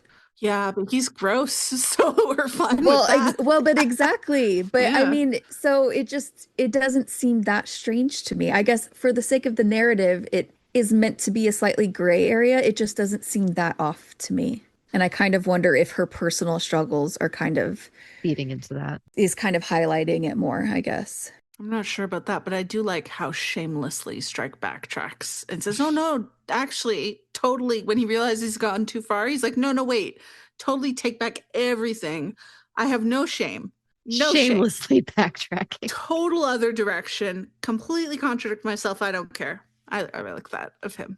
Tell me where he contradicts himself. He was like, when she says, "Are we wrong taking this case if there's no chance?" And then he shamelessly backtracks. Yeah. Like, well, there is a chance. Yeah.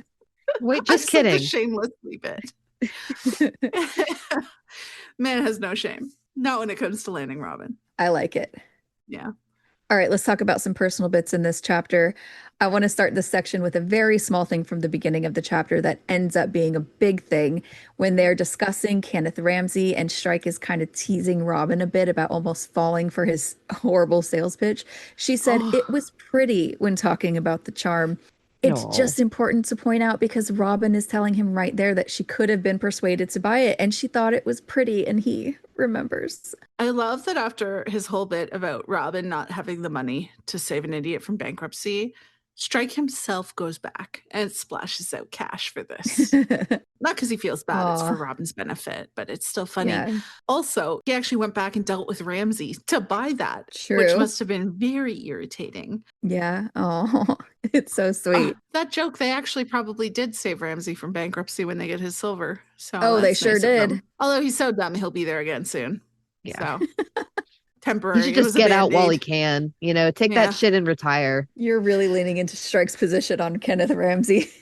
I was 100% with Strike on this. Like, oh my God. I can see. Buying $150,000 of silver nobody wants at a price that was way overpriced. The thing to make you go just absolutely bonkers is irresponsible money. Yes, it's crazy. Like, who does this? Okay, I'm going to calm down about it. Okay, good. Yeah. I just wonder if Robin had said, "Oh, that charm was hideous." He probably wouldn't have thought, "Oh, let me go back and buy it." But she's like, "Well, it was pretty." Although if they'd had a little joke about how hideous it was, I do totally think he might have still bought it to make her laugh. For a bracelet, like a little inside joke. There's your hideous charm. I think that it's really fun on a symbolic level for their friendship and relationship a bit too. Something that seems quite ordinary on the outside, but is actually really special and meaningful beneath the surface. Stop. I love really that. Cute. Yeah. I bet it was expensive. I wish we'd gotten a hint about how much it was. Didn't someone find a charm like it online for big money? I found quite a few. And they range. I saw one on Etsy for like $165, but then if you look at silver shops, they're looking like $665. Pools is going to have an aneurysm. This is like the Ritz all over again. Oh my God. She's like, oh God. Oh my God. The man has no chill when it comes to buying Robin gifts. When we get there, I want to tally up the cost of every charm because I've Googled them all. I found the cost. And then also a charm bracelet. Is it going to give me a heart attack? Yeah, this man went all out trying to tell Robin he loves her. I think it's so sweet. God. I mean, this is also coming from somebody who spent 3,500 pounds on a dress for her. Yeah, he buys her new Land Rover in this book, for fuck's sake. I think that the bracelet is going to come. I don't know if it's going to be as expensive as the dress, but it's going to get close, I think. I think he spent at least $1,000. Oh my God. At least that. And you know what? I love this because this is so me. I mean, it's very cute. So me. But she never even gets to wear it. Not yet. She will. She better. When people like fantasize about winning the lottery, I think about all of the things I want to buy for other people. Oh, I would just give other people money. No, I want to surprise people with things. That's what I'm doing with my holiday money. I'm doing something special for my mom because Ed Sheeran is going on tour, and there's still some tickets for like a few $100s each that are floor seats. And I know that she would freak the fuck out. She's never seen him live before, and she like loves his music. So I'm gonna spend my extra Christmas money on getting her ticket. See, sweet. That's so fun. I love that. I think gift giving is just not my love language. Oh, I love it. It's just not mine. But what do I do in most of October and November if I can? I'm already starting the Christmas shopping. Absolutely. Yep. I love it. So I totally relate to Strike doing this. I love it. If I could. I just love that he notices the things that she finds pretty or that she feels pretty in. She's Like, you deserve that. Oh, it's so good. I love that he buys her these beautiful gifts. I get really upset when they don't get used and it costs so much money. Something that made me sad in this chapter is Robin's reaction to what Strike said about people in trouble who can't afford to get careless. She thinks of herself at ages 19 and 32. First of all, Strike would have never implied this about her, even if he knew everything. That's not what he's saying. And when he does eventually find out about it, I'm pretty sure he's really sweet about it. And absolutely nothing like this crosses his lips. And I don't think that she's the one to blame either at all. I don't think anyone would say that. However, I do understand her feelings of wishing she had seen the signs. Like, I can get where she's coming from. It almost reads as a warning to her now, because there are a lot of signs that she's misreading or ignoring out of fear, out of convenience. Which signs did she actually miss about the ectopic pregnancy? Because she hasn't thought about any actual pregnancy symptoms she ignored, right? The pain came out of the blue. I interpreted that as signs that she should have gone to get the morning after pill. The signs were Murphy. The signs that Murphy yelled and gaslighted her out of acknowledging. Yeah. So this is on him, actually. Yeah. She's saying I should have gone and done that. Because she knew, like, part of her knew. She needs to be putting more blame on Murphy for gaslighting her out of it, though. Oh, I'm putting the blame right there where that belongs, because that was his fault. Your eyes are about to bulge out of your head. Crazy mad. That's worse than... that's so funny. That's how I read it. Yeah, it's not like pregnancy signs. That's got me fired up now.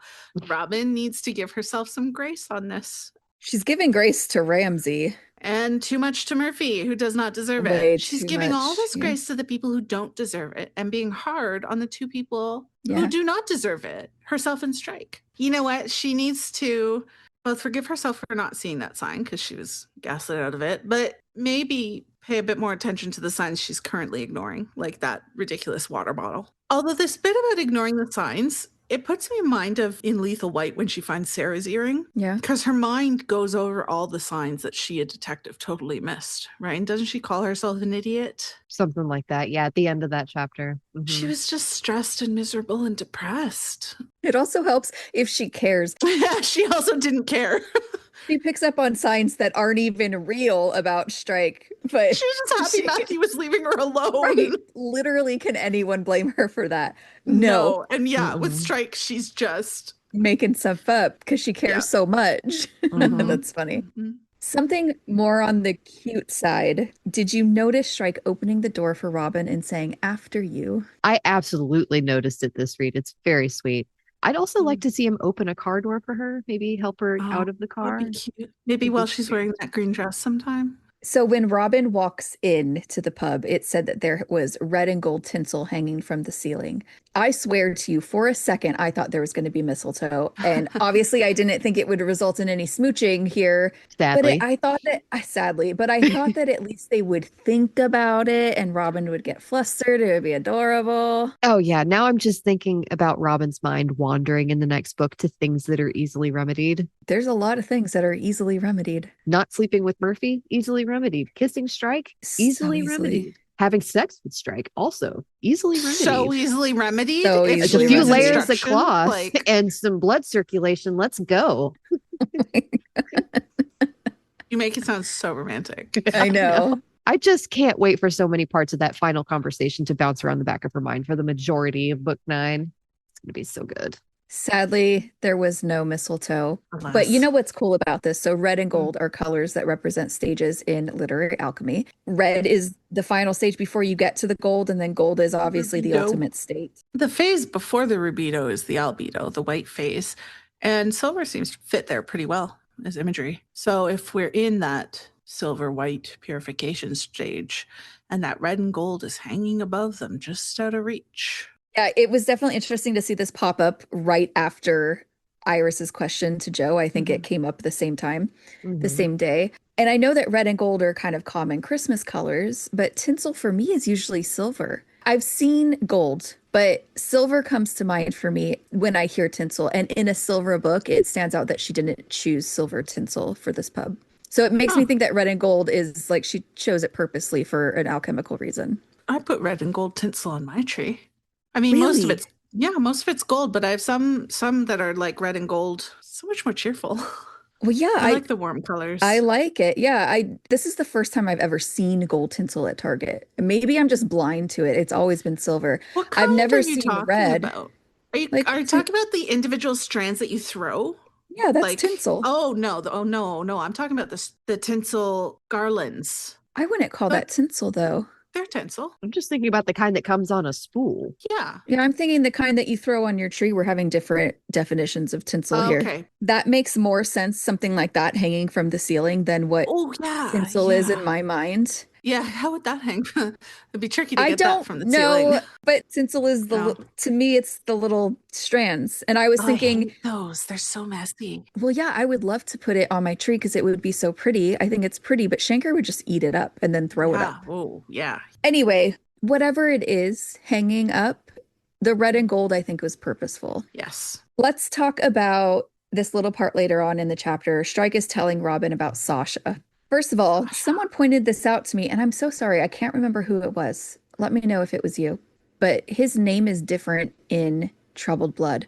So Max is telling Robin about how he had been in a play with him once and Charlotte had taken them out to lunch. Oh, shit. It could just be Max misremembering his name because it does say it with a question mark. Max says Simon Lagarde. Yeah, it sounds like Max is misremembering his name because Troubled Blood is the only book where Sasha's referred to by that name. But that being said, there's still no explanation for the Tara Tula Claremont thing with Charlotte's mother. But oh, is that a mistake? It is because her name started out as Tula. That reminds me of Tula from My Big Fat Greek Wedding. A movie that I have still not seen. What? Kens. I love being on this side of the shock. No. For once, I know it's got to feel great. Kens, I am telling you right now, you would love My Big Fat Greek Wedding. It is so funny. Yeah, that's crazy that you haven't seen it. That's crazy. All my life, I have a lump. You don't eat no meat? It's okay, I make you lamb. It's a bunt. But oh, you fixed the cake. Oh, cool. It's on HBO. Awesome. And oh Netflix. My God, Kens, you gotta watch it. It is Okay. so funny. Anyway, the biggest part of this conversation is Strike saying that Robin might have to interview him because Sasha likely knows what's in Charlotte's suicide note and that it will make him angry at Strike. And Strike really hammers the point home when he tells Robin, although come to think of it, that probably extends to you too. Oh my God, the butterflies. Oh. Big secondhand butterflies on Robin's behalf. I know. It's Strike making a clear reference to the fact that Charlotte is blaming Strike because he's now in love with Robin, wants nothing to do with her, Charlotte. Feels very daring. Oh, and yeah, he's bringing it up yet again. He's not going to let it go. I think that what's really significant to me in this is this bit, thinking about it, Strike said, feigning a sudden thought. Oh, yeah. Okay? Yeah. Because that feigning means he's planned this route into the conversation. It's so strategic. Cute. Yeah. Work them back around to where they were at the end of the running grave so they can continue the conversation without Ryan fucking Murphy walking in. Ugh. But it's a tactical error because there's always going to be an interruption, and this hinting roundabout, it actually backfires on him. Yeah, but also because Robin's she's determined to be angry about it at this point. It's like a coping mechanism. Yeah. Strike spends a lot of time in this book trying to create the perfect moment for a conversation, right? But he never actually initiates that conversation properly till the very end. I think he's actually more afraid of Robin rejecting him than he lets on, or maybe even realizes that maybe that fear is holding him back from going full tilt at it a bit. Maybe. I think he is trying to start that conversation, like smoothly lead into it, by starting it this way. It kind of reminds me of Murphy leading into the kids' conversation. Like they're trying to lead into it in a certain way. Part of it, I mean, is going to be plot, obviously. Yeah. But I do think he has a reason to be afraid of rejection. He does have a good reason. Yeah. There's a lot hanging in the balance. He can't quite read her, and she's kind of rejected him before a little bit. And he's not used to it. It never happened before. Well, it's never mattered before. Robin felt a hot explosion in the pit of her stomach. She didn't know whether panic or pleasure predominated, but she was afraid she was going red. Strike noticed the blush and waited to see whether Robin ignored what had just been said or responded to it for the first time. I think this is proof that Robin knows exactly what he's implying. It's not just him being annoying, as she said, this hot explosion in her stomach, panicking because she's afraid of Strike loving her, but also pleasure because she loves him and wants him to love her. She knows deep down, I think she knows. Oh, she knows. I love how this is a contrast to her feelings in the last chapter, because in that last chapter, it's a cold eruption versus this hot explosion coming out. She doesn't know whether she feels shock, pleasure, or pain. Well, that's depressing. Hot in the beginning has gone cold by the end. That's depressing. I don't like that. Yeah, that is depressing. Yeah. Can we just like say she's using different adjectives or something? Because I like just that different better. temperatures. Yeah, it's fine. We're fine. She feels like a sort of a lukewarm bubbling. It's so funny how there are those direct contrasts, because there's something similar with her reactions to Strike's bracelet versus Murphy's engagement ring too. Oh my God. Because she thinks, oh God, I love him with the bracelet. And then when she finds the engagement ring, she thinks, oh God, no. Oh, Robin. Like, sweetie, honey. I think Strike is also trying to show the truth in Charlotte's feelings by explaining to Robin that she said it more than once and while sober. Exactly. Like, it's not plausibly deniable because she was strung out on pills or drunk. Like, she thought that all the time. And okay, I have to take back something that I said before. I said I only had one complaint about Midge in this book, but she chooses to call now. She gives Robin the out. I mean, usually I'm the first one to defend Midge, but you could have texted Midge. Yeah, this is the epitome of it. Could have been an email. Could have been an email. I really wanted to see what Robin would have mustered as a response to that. I know. But he is trying. I mean, this is him trying to ease into that conversation. It's him trying. You know what I would really like to hear, or at least for Strike to know, is how ridiculous Murphy asking Robin out the first time was, and that she had suggested that he I kind of wanted to hear that too. That would have been so funny. Oh, man. I think Robin might take that to her grave and never tell him because it's still embarrassing. That would just be so funny. He'd have been like, yeah, you should have brought me along. Could have shut that down. Shut that shit down immediately. But this is great writing from Jo, because there's so many times in this book where she sets up a moment that Strike could seize, and then she throws in the most irritating interruption, like grating. Most irritating, Midge. She wants us to feel frustrated and tense and on edge. And it's working very well, because that final turn in the epilogue where Strike stops strategizing and planning and waiting, he just says it. It hits harder because of all of the times he could have and didn't. It's like a huge moment of catharsis, but it needs all of that buildup of, oh, so close before we can get it to really land, you know? She's really, really good at painful buildups. But like I said, this makes me wonder if this is what Strike was trying to do here. He was going to say, well, Charlotte wasn't wrong. You know, if Midge hadn't called and Robin hadn't left for the bathroom, that's what I'm wondering about this chapter. Was he going to say it, and this is just his way to bring it up? Yeah. God, he would have. He was waiting for her response. But then what would he have said? Yeah. Let's go back to Robin, because she's annoyed with Strike while literally on the toilet, which I kind of found funny for some reason. Sorry, Pools. But you know what? You made a toilet joke earlier, so I feel like I should be able to say this part. Yeah, I acknowledge that toilets exist. Yes. What else do you need? Like, yes, they are here. Yes, there is a toilet. She doesn't use them, though. It just kind of, yeah. Oh, yeah. It just stood out to me because, like, most of the time Robin goes to the bathroom, she doesn't actually use the toilet.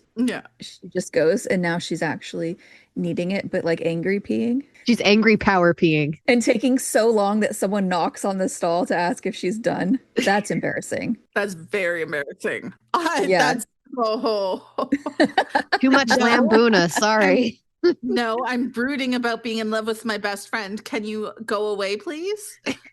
Let's read the paragraph. There's lots to dissect. With mounting annoyance, Robin asked herself why, if Strike had something to say, it had to be couched in these plausibly deniable terms out of the mouth of a dead woman. What was she supposed to say in a crowded pub in the middle of a job? Was Charlotte right? Are you in love with me? Yes.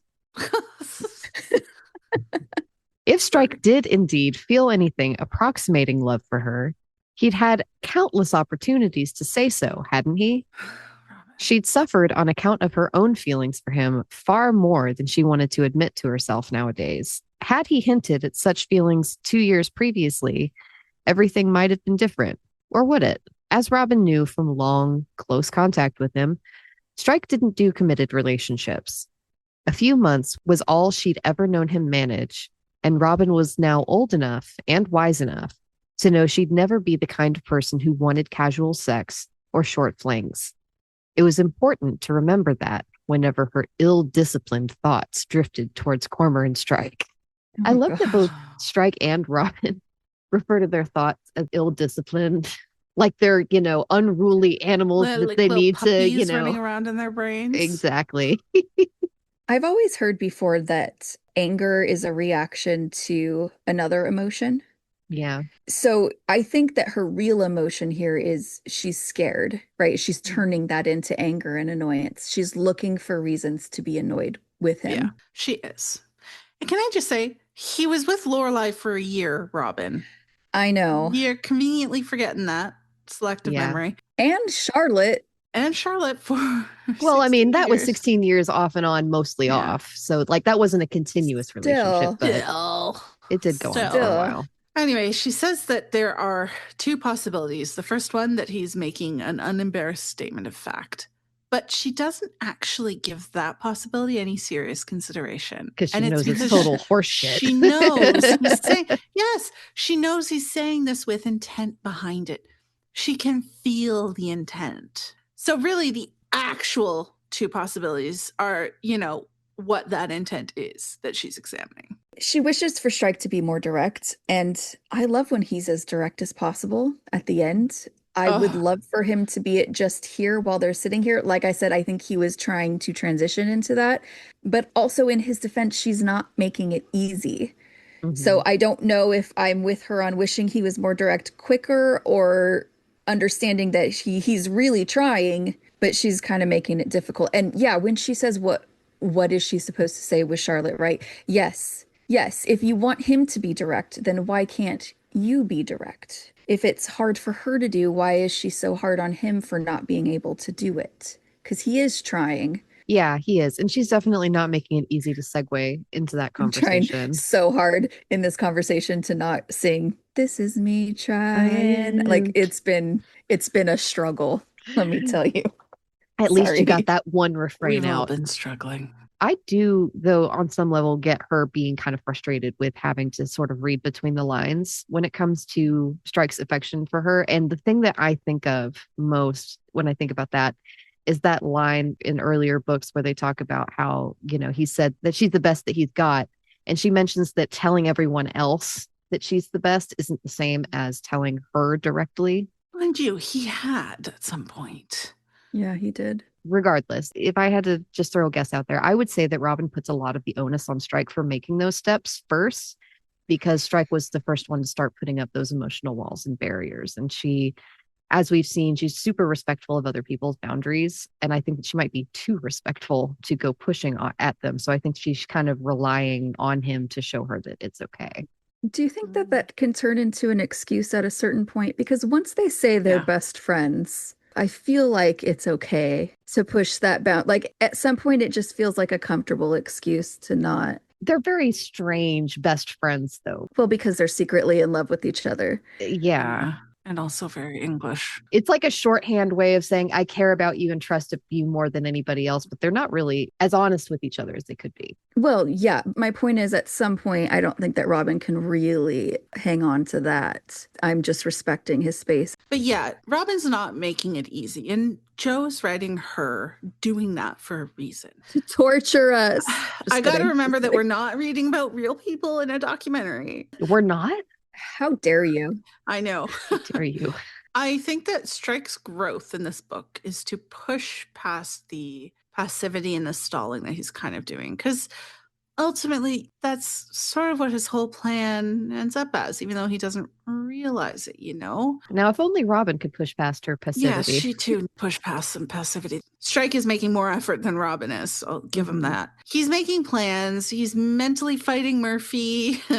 Very funny. He's trying to engineer the perfect moment, but all that's getting in the way of taking action. And he is a man of action. It's he's never had to take this type of action before. And he's so used to not taking action about his Robin feelings that I think he's kind of floundering. He's staying in that comfort zone of hating Murphy, which we all understand. He's trying to relive and correct past regrets, but none of it is actually ending up getting him any closer to being with Robin. He almost ends up waiting too long, but I think he saves it at the last second because he hits that moment of growth that Joe is bringing him towards, which is making that conscious, unforced, life-changing decision. The third one he's ever made. And 3, magical number. I think it's the actual Kairos moment of his life. And it's because he just says it. And like, tell it the right way into the conversation at the right time and the place.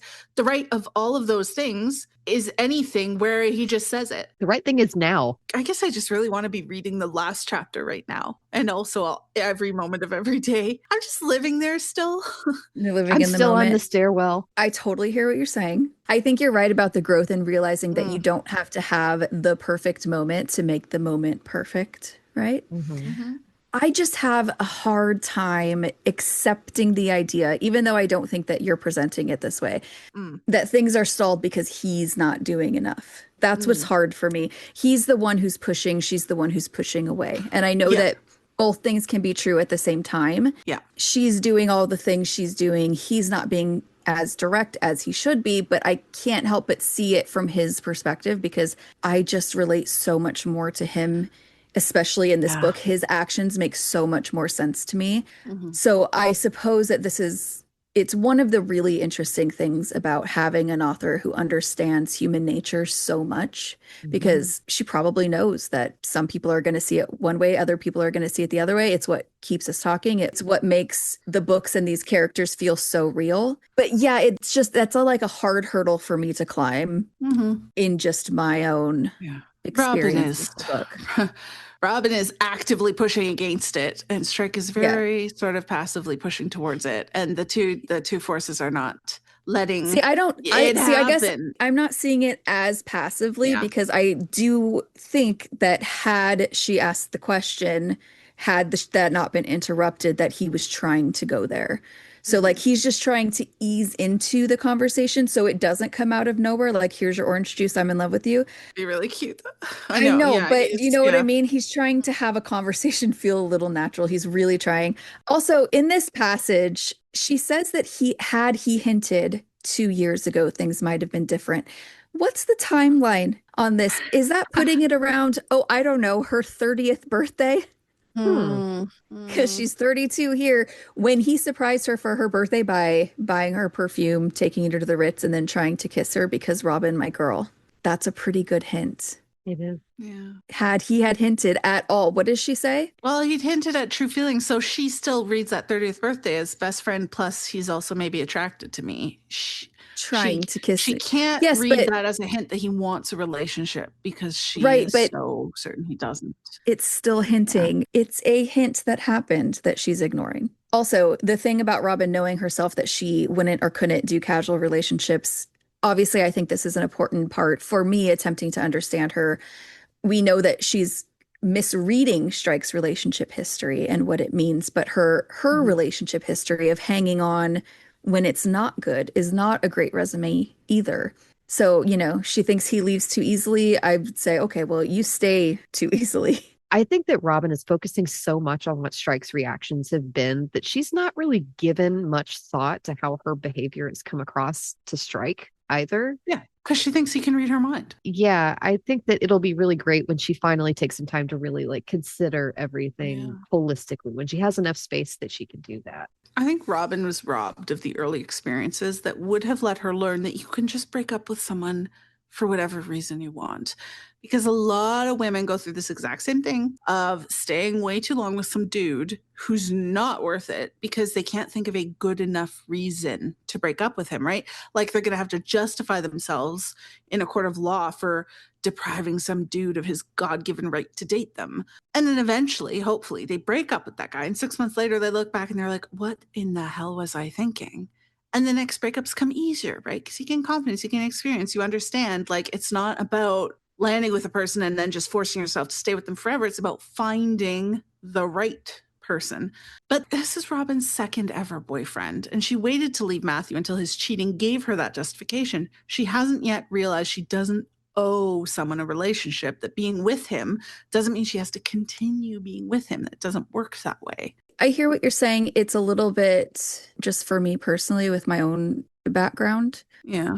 I don't feel like I needed all this experience. No. Well, like a lot of women, not all women. Some women maybe will have really good boundaries starting up and don't fall into this, you know. Okay. But it is a very common experience for women, I think. I'll trust you. I just can't relate. No, I know. Ultimately, I think we know that Robin's going to find out that Ilsa is right when she said he's distracting himself from loving her. But because she thinks this way about his past relationships, I think that's why she's clinging on to Murphy so hard, because she thinks that if Strike is never going to want what I want, I have to make this work with this man who I kind of like. She thinks the alternative to Murphy is just being single and lonely.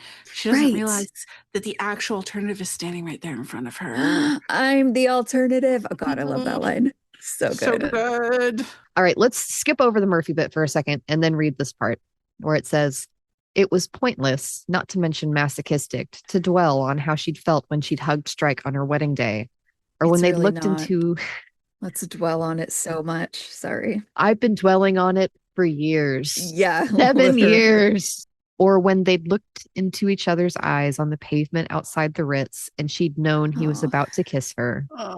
Or when she'd groped for his hand in the bed they'd shared after she'd fled Chapman Farm. Okay. She is still so in love with him. It's real. It's deep. I cannot wait for Robin to allow herself to feel it. And I want to hear more about how she felt in bed after Chapman Farm, please. I too would like to hear more. All the details. Or maybe she could think about how he was the last thing she saw when she was drowning, or think about crying into her shoulder as he held her in that car. Are they going to show her thoughts going to him? Come on. I know. Of course. They're probably going to ramp it up by about 1 million. It's going to be so good. I too really want to hear more about how she felt in bed after Chapman Farm. And I'm just hoping that more of these feelings are going to escape their bounds in book 9, and we can hear more of what she really thinks and thought in those moments. Because we were robbed. After Chapman Farm and they spent the night together, we were robbed. I wanted more thoughts. Well, all the thoughts. I know that Joe has like a plot to write or whatever. But still. All right, we skipped over the Murphy bit. Unfortunately, we have to get to the Murphy bit. It's like every part of the book where he's in. Unfortunately, we have to get there. Do we go? Yeah, we got to tough it out, unfortunately. She thought of Murphy, who didn't play games, who said outright what he felt for her, who had no problem talking about a future with her, and didn't bail on relationships at the first hint of trouble, who wasn't, in short, an infuriating sod who messed with your feelings to further a confused but probably self-interested agenda. Murphy didn't play games. I'm like, ask the broken condom about that, Robin. It's so interesting how none of the positive things she thinks about Ryan have any kind of depth of feeling attached to them. There's more feeling attached to that infuriating sod bit. Again, it's a checklist of good boyfriend stuff, and it's not the wave of feeling you get from holding him and looking in his eyes and touching his hand. The difference in feeling is so palpable. It's so goodly written. Goodly. Mm-hmm. It's goodly written. Goodly written. Whoa there, Trump. It's goodly written. Goodly. Watch out, J.K. Rowling. Pools is coming for you. Yeah. Goodly written. At the next Billy Shakes over here. Billy Shakes. I like that. I don't know who that is. William Shakespeare. William Shakespeare. It's oh my gosh. Got it. I was thinking, man, Murphy must lack an essential magic or something, like a Strike was trying to. Magic. Or Robin is just defective. And I think that's what she thinks, is she's just defective. Why can't she just like this? He just lacks Robin magic. He might have it with someone else. Yeah. Yeah. He doesn't have the Robin magic, you know? Cut him loose, let him swim back into the ocean to find his magic fish. This part where she says Murphy said outright what he felt for her. First of all, I'm just thinking, wait for the final chapter, Robin. But also, it's easier to say what he feels for her when they're in a relationship where she's allowing him to say. You know, you're allowed to say that when you're in a relationship with someone. It's harder for Strike. You know, if there is one charge that she's going to be forced to cross off of Strike's rap sheet here, it's this one. Said outright. At the end of this book, she can no longer accuse him of failing to say outright what he feels. No, she cannot. And also, she should cross off playing games because it turns out he wasn't doing that, Robin. You decided he was, and it became fact. She decided. She decided he's playing this game to undermine her relationship. I mean, he is kind of undermining her relationship, yes, but he is mentally boxing Murphy in his mind a teensy bit. Aren't we all mentally punching Murphy in our mind? We're all doing it. His intentions are not game-like. His intentions are very pure. I mean, just thinking about it from her perspective, I'm thinking that the thing with Madeline was not fair. Like, I can see why that and the Coco thing would make her feel a little bit messed around. I just don't think it can be categorized as unfair because they weren't together. He tried to kiss her and she rejected that. And then they both never said anything. If they had kissed and then he started dating someone, then that could be a playing around thing. That's where you fall back on she's in love. She can't help feeling hurt, I think. You know, I know that it doesn't make rational sense because, yes, she did reject him. I think it was because as his best friend, he should have told me. But that's different. The fact that she had to hear it from Charlotte probably didn't help because that's somebody she's super insecure about. Madeline looked like her. I just had the thought that she heard about Madeline through Charlotte, and now she's annoyed that she's having to hear about Strike's feelings through Charlotte, who is dead and not telling her herself even. Still haunted by Charlotte saying stuff. Not that I like that's a fair thing to be mad about, but just like that pattern of finding out stuff through just Charlotte. Trying to see like where her headspace is at and like where she's coming from. It doesn't make a whole lot of sense when you look at things from a top-down perspective, but I'm just trying to look at things from her perspective on this read a little bit more, so I'm a little bit less irritated with her. But I think that for me, I think it's easier for me to be less irritated with her because on the whole, I tend to, I think, sort of see things from Robin's perspective more than, say, you do, Lindsay. I know you see things from Strike's perspective a lot more. It's just really shitty from both sides because Strike doesn't mean to hurt her, but Robin still feels hurt. And that's where that's I get coming being from. hurt that he didn't tell her. But I think what's unfair about this is saying that he's playing games with her romantically because of Madeline when she's the one who did the rejecting in that situation. Like, I get being hurt, but it's so unfair to say he's playing games. He's not the kind of man who's playing games with her romantically. He wouldn't be the character that we love if he was doing that. Yeah, and I'm not saying that he is. I'm just saying that she perceives it that way. As we've discussed, she's not in her right perception. Yeah, she's also, dealing with all of that stuff, shifting her perspective. She sees it, but she's not seeing clearly. She's seeing a distorted version that we know isn't true, that I think in her heart maybe she will know isn't true, but she's thinking unfair. She's not being fair. And also the mind will do all kinds of crazy shit to protect itself from things that it's not ready to deal with yet. That's definitely true. It's just all really unfortunate and just really crappy timing. I mean, everything could have gone a little bit better. I'm not sure that there's really any way we could have made this better without him just outright saying something. Yeah, but see, just to me, that just puts it all on him, though. That's what's frustrating for me. Like, it all comes back to he just should have been more direct. And that's where I get frustrated by. I think everything happened the exact way it had to happen to get to the last Well, yes, chapter. because it's a book. But I mean, when we're talking about these things, it's always like Strike isn't doing enough. And that's hard. That's a hard hill for me to get over. Yeah, we know.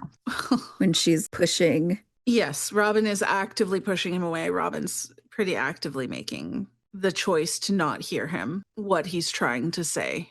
She is. The other thing is talking about bailing on relationships, and he isn't going to bail on a relationship with Robin at the first sign of trouble. And also, this is another thing that I think is unfair to Strike, because when has he done that? Yeah, what evidence is she pulling from this? If he did, just that his relationships ended. If he did do that, he'd have bailed on Madeline immediately after that night she got drunk and flipped out at him. What Strike actually does is refuse to lie to keep a relationship going just for the sake of keeping a relationship going. I feel like for Strike, the relationship as a thing in itself isn't a goal. It's just a means to an end. Being with someone nice, enjoying yourself, having some sex.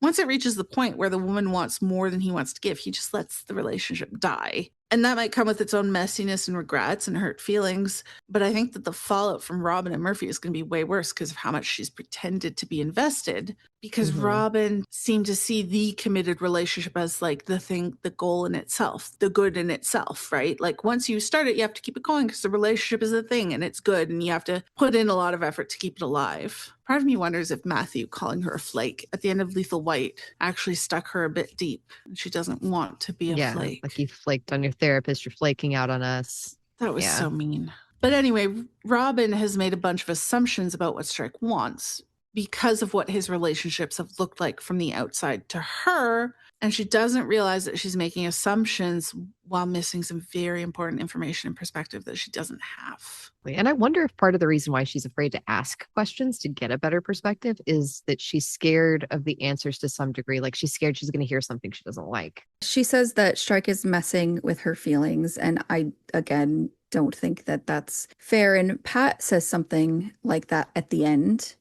that stood out to me. I don't agree with that. I've talked to someone on Twitter about this too. She was like, what did Pat mean? I don't agree with this. And same. Yeah, because he's not messing her around.